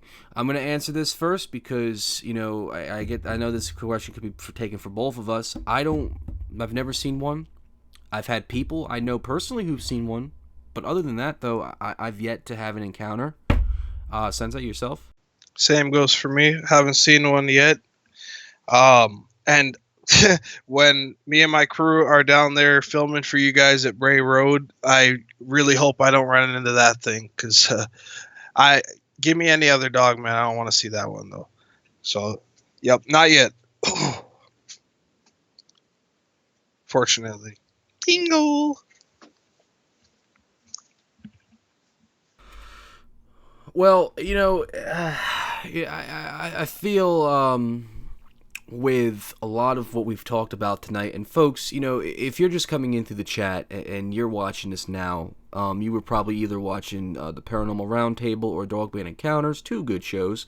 I always I feel that when it comes to the terminology and the whole lore of dogmen, we're always meant to.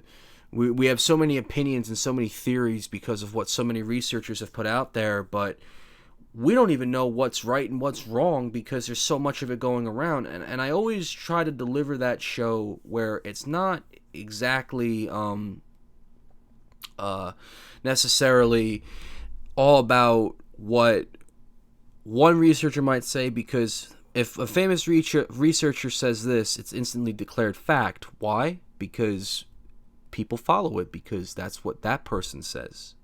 But if someone else, such as myself or Sensei or somebody in general, might say something different, that might be a difference of opinion, you're instantly declared wrong. Why? Because that's just how it plays out. But I always try to, and this is just something I always fight for, is, it's always important to always build an opinion. Form your opinion. You might listen to what others might say, but you always want to build your opinion. That's always why I keep a difference of opinion, and why I'm not always necessarily agreeable and always disagree with what other researchers might say. Because I always see it from my different perspective of research, and that could be wrong. But, of course, at the same time, if you want to be a researcher, you want to go out and do the research yourself. You don't want to be a drone and follow the same beliefs that one other might believe. If you get what I'm saying. So, Sensei, I don't know if maybe I'm reacting over that or what you might think about that, but I mean, that's just how I've always seen it. I agree with that too. For the most part, as far as the drone thing, I mean, yeah, obviously you want to do your own thing. It's okay to follow, but never base your own beliefs on, just because somebody of a certain status or, whatever, in whatever community you're in, says it to be so. Because I could tell you guys right now that dogmen are actually werewolves. Doesn't mean you have to believe me, You could if you want to, but you could also say, okay, Sensei's full of it, Sensei's full of it. Dogmen aren't werewolves. I'm going to go figure this out for myself. I'm going to form my own opinion. I agree with that. And that's why I'm, as a researcher and a firm believer in these topics, I'm also a giant skeptic. It keeps me honest, and it keeps me on my toes. And then when any form of information is presented to me, I'm open to it. I don't say, oh no, this is fake or that's fake. No, I don't. Just you take the information in, and then you formulate your own opinion from there, and then, you know, I think that's awesome. It's the beauty of being a sentient and intelligent being.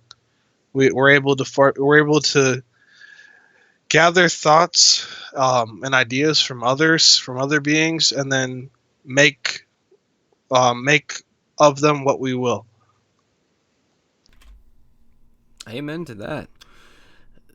Seville goes, do you think that dogmen are able to put trees down in order to hide their presence? Well, yeah, I think they're able to, but I don't necessarily think that they do. I've heard of many stories where dogmen or Sasquatch have made, you know, they've made like path cutoffs and things like that in the woods with trees and things like that. I think that that's very possible. But I don't personally think that they spend their time doing that. But at the same time, it is possible. So, yeah.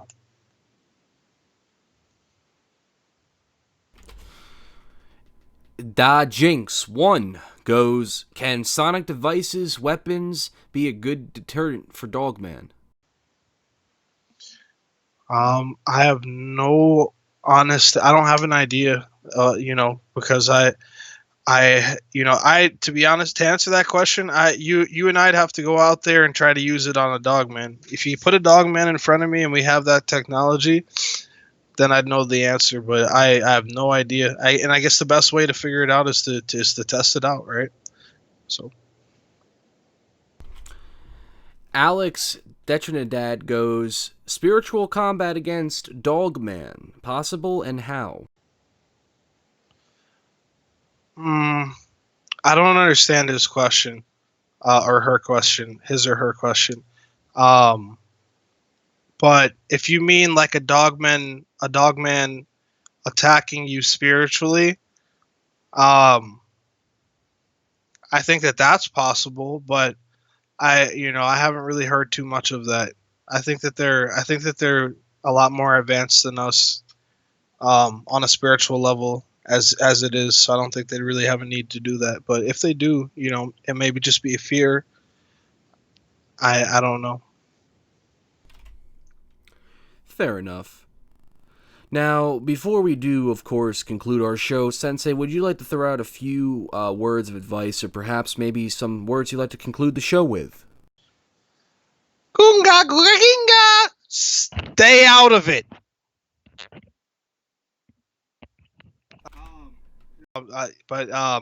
That's a nod to my buddy Peter Kane. Anyways, stay true to your research. Stay true to yourself, your beliefs. Keep an open mind. Don't discount things too early. And if you love it, stay on top of it. Stay current with it. And like I said, most important thing, keep your mind open. Don't let anybody close your mind. No matter how much you like somebody, they could steer you in the wrong direction. So make sure that you're the judge of every decision or opinion that you formulate, and ideal that you clasp onto.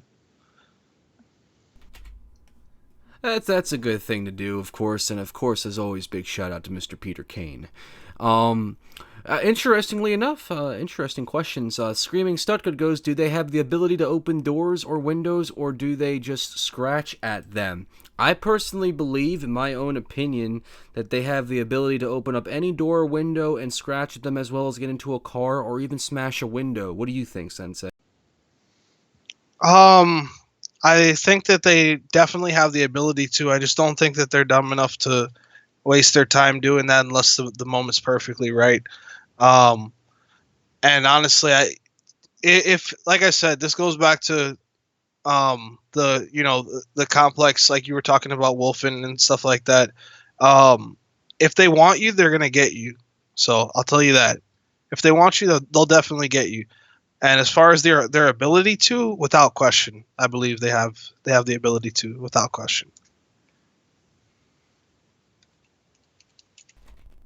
Black River Cryptid goes, Sensei, have you done any research in the South, and if so, do you plan to? Or if not, my apologies, Black River, for kind of twisting your question around. I haven't done any in the South yet, but I do plan to. I'm going to be touring the U.S. in 3 to 6 months. So, I want to hit Louisiana. I want to hit Mississippi, Georgia, and other southern states and check these things out. I really want to get to Louisiana, but I definitely plan to. Louisiana more for the crawfish, less for the dogman. No, I'm just kidding. But yeah, definitely. I want to head down to the south and, see what's going on out there. Timothy goes, quick question, what's the best photographic evidence you've seen, Sensei? Well, I've seen so much as far as Dogman goes. I mean, they're all I have them all in the same category. I don't think that I have one that I consider best among all because I'm skeptical of every single one of them. So I don't have a best. They're all, no matter how clear they may look or how pixelated, they're all the same to me. I mean, there are some that I look at and I'm like, yeah, no, there you can reverse image search, with the technology we have and see that it's from a movie or something like that. But yeah, and yeah, Tim, when I'm in Florida, I'll pick you up, bro.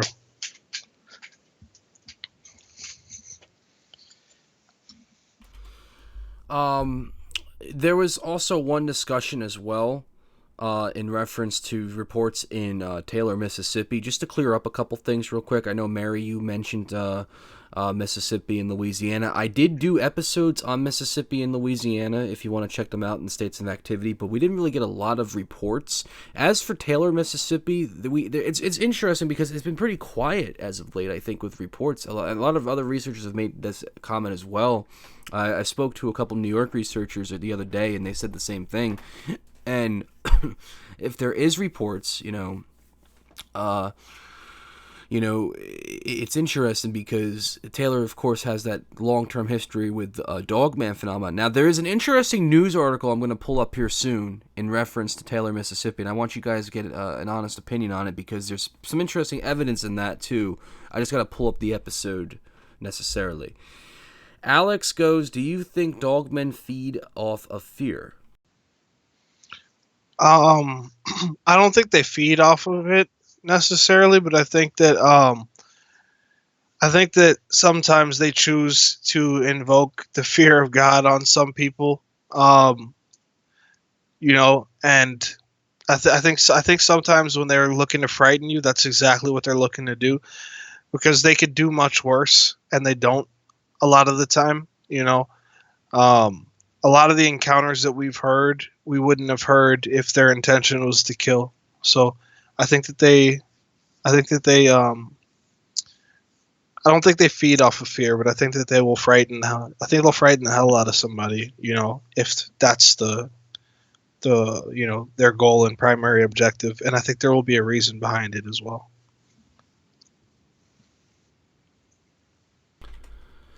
Does Dogman hunt for sport? I don't think so, personally. I don't think they hunt for sport. Now this is a big question. Santino goes, what is the specific, precise, and exact difference between the major differences of a dogman and a werewolf? Well, specific, precise, and exact difference. I mean, the biggest and most relevant would be that a dogman is not a human. So, I mean, that's the best way I can answer that, because like I said, I'm not an expert, but from all that we know so far, dogmen are not known to be human, and werewolves are. So, that's fair. Best advice for going out at night, Ron? Well, Personally, I mean, Sensei, what would you consider to be the best advice when people go out researching at night? Researching at night. If you don't have on night vision goggles, then I wouldn't recommend doing it unless you. I mean, I don't have any. I'm going to tell you guys something. Even though I'm going to be out in the field risking my life, I wouldn't. I'm not like I can't give you advice for that because I wouldn't recommend for anybody to do it. If you want to go, knock yourself out. But there's no right or wrong way to research in the field. You just have to be safe. Do what makes you feel safe. You know what I mean? If you're in, if you're in an area that you're able to carry a firearm or anything to protect yourself with, something that makes loud noises, maybe you might want to do that. But I can't really give you any info.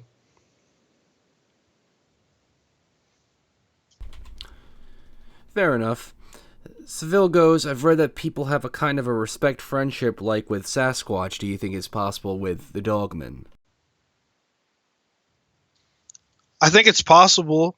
And I also think that those relationships, I think that I personally believe I believe that they happen, but I also at the same time believe that when people say things like, "Oh, well, I know people," or I know a Dogman clan, or I know a Bigfoot clan, and we're good friends, but I can't tell you anything about it, or I can't take pictures of them because they don't like their picture being taken. That I don't want to hear that, to be honest. That's just me being straight with you. I mean, because if I had a relationship with Dogman or Bigfoot, depending on what they wanted, and if we were able to communicate and come to an agreement, I'm sure they'd say, "Hey, I don't want you. You're not going to film us or go, whatever."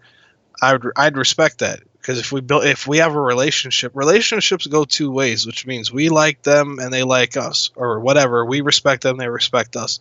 That's a relationship. It's not one way. You know what I mean? So obviously, to maintain that, you'd have to respect their wishes, right? So, I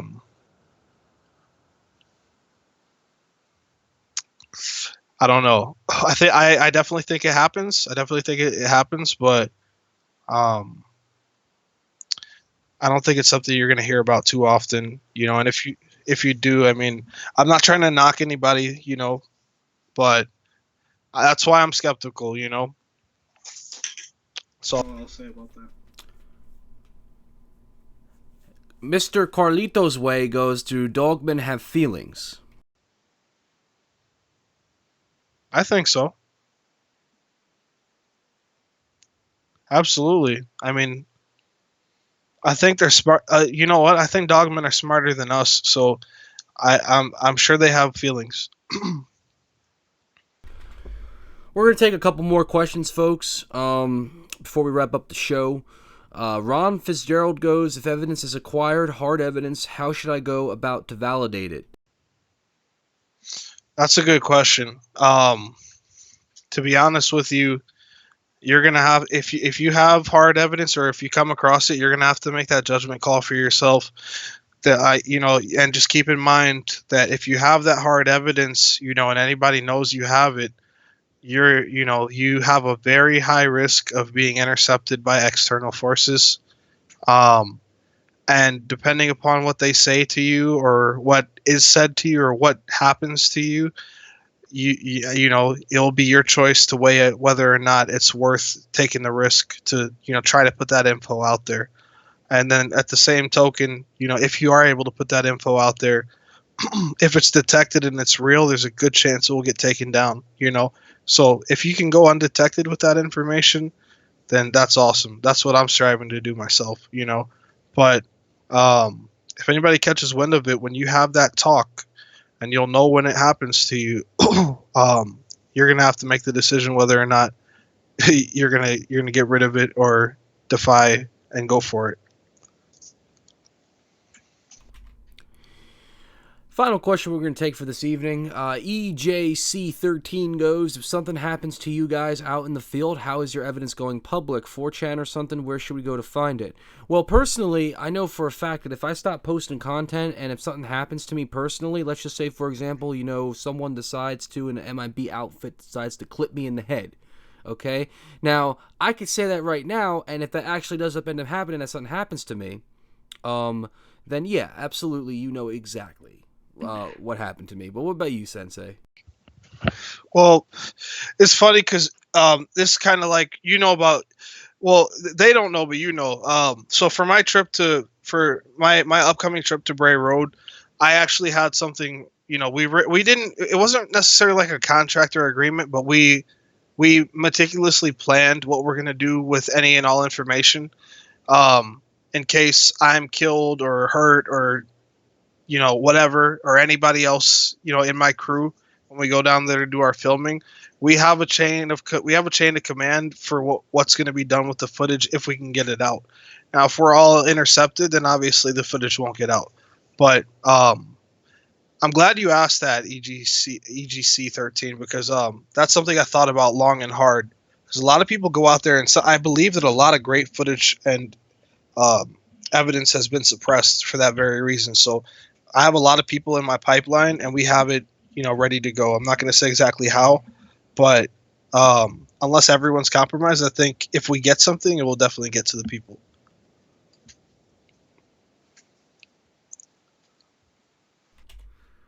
That's fair. I mean, it's very Google-tastic, if you ask me.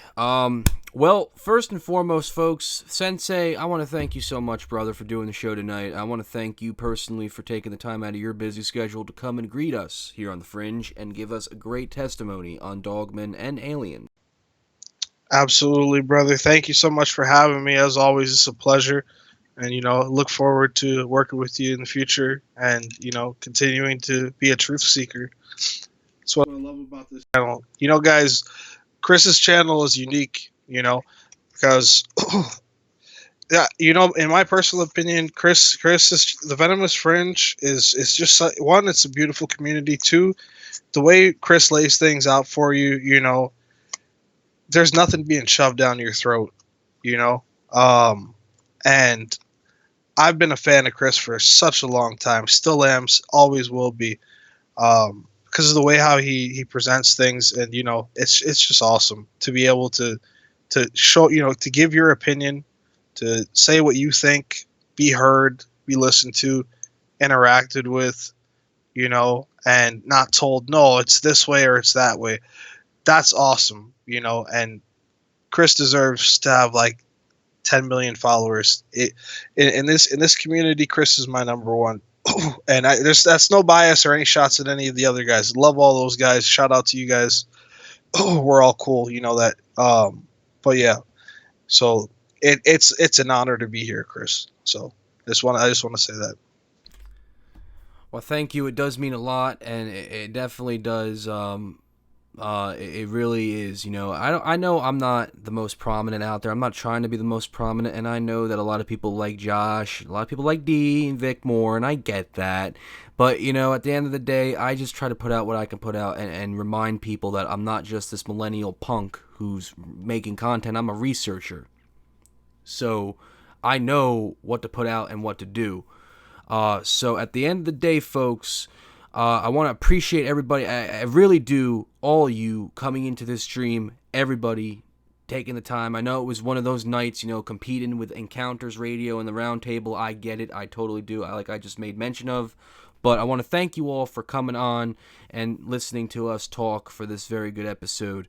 Now, a couple things. If you would like to get in contact with me, you can reach me at thevenomousfringe@gmail.com. You can check out our official. I would love to have all you guys on board with this. If you have a Facebook and you want to check out this group, come check out the Venomous Fringe official Cryptids and Paranormal group, folks. Guys, it's a closed group. If you keep your cryptid life private, it's private in this group. No one will know outside of your personal life what you guys are in.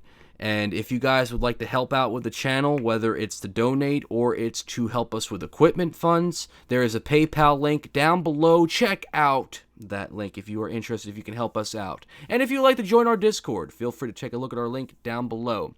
Folks, I'm The Fringe. I'm out for this evening. We will see you next week. But before we go, folks, I have a little bit of an announcement to make. Folks, tomorrow night, if you're a big fan of the Bigfoot Odyssey radio, I'll see you guys there.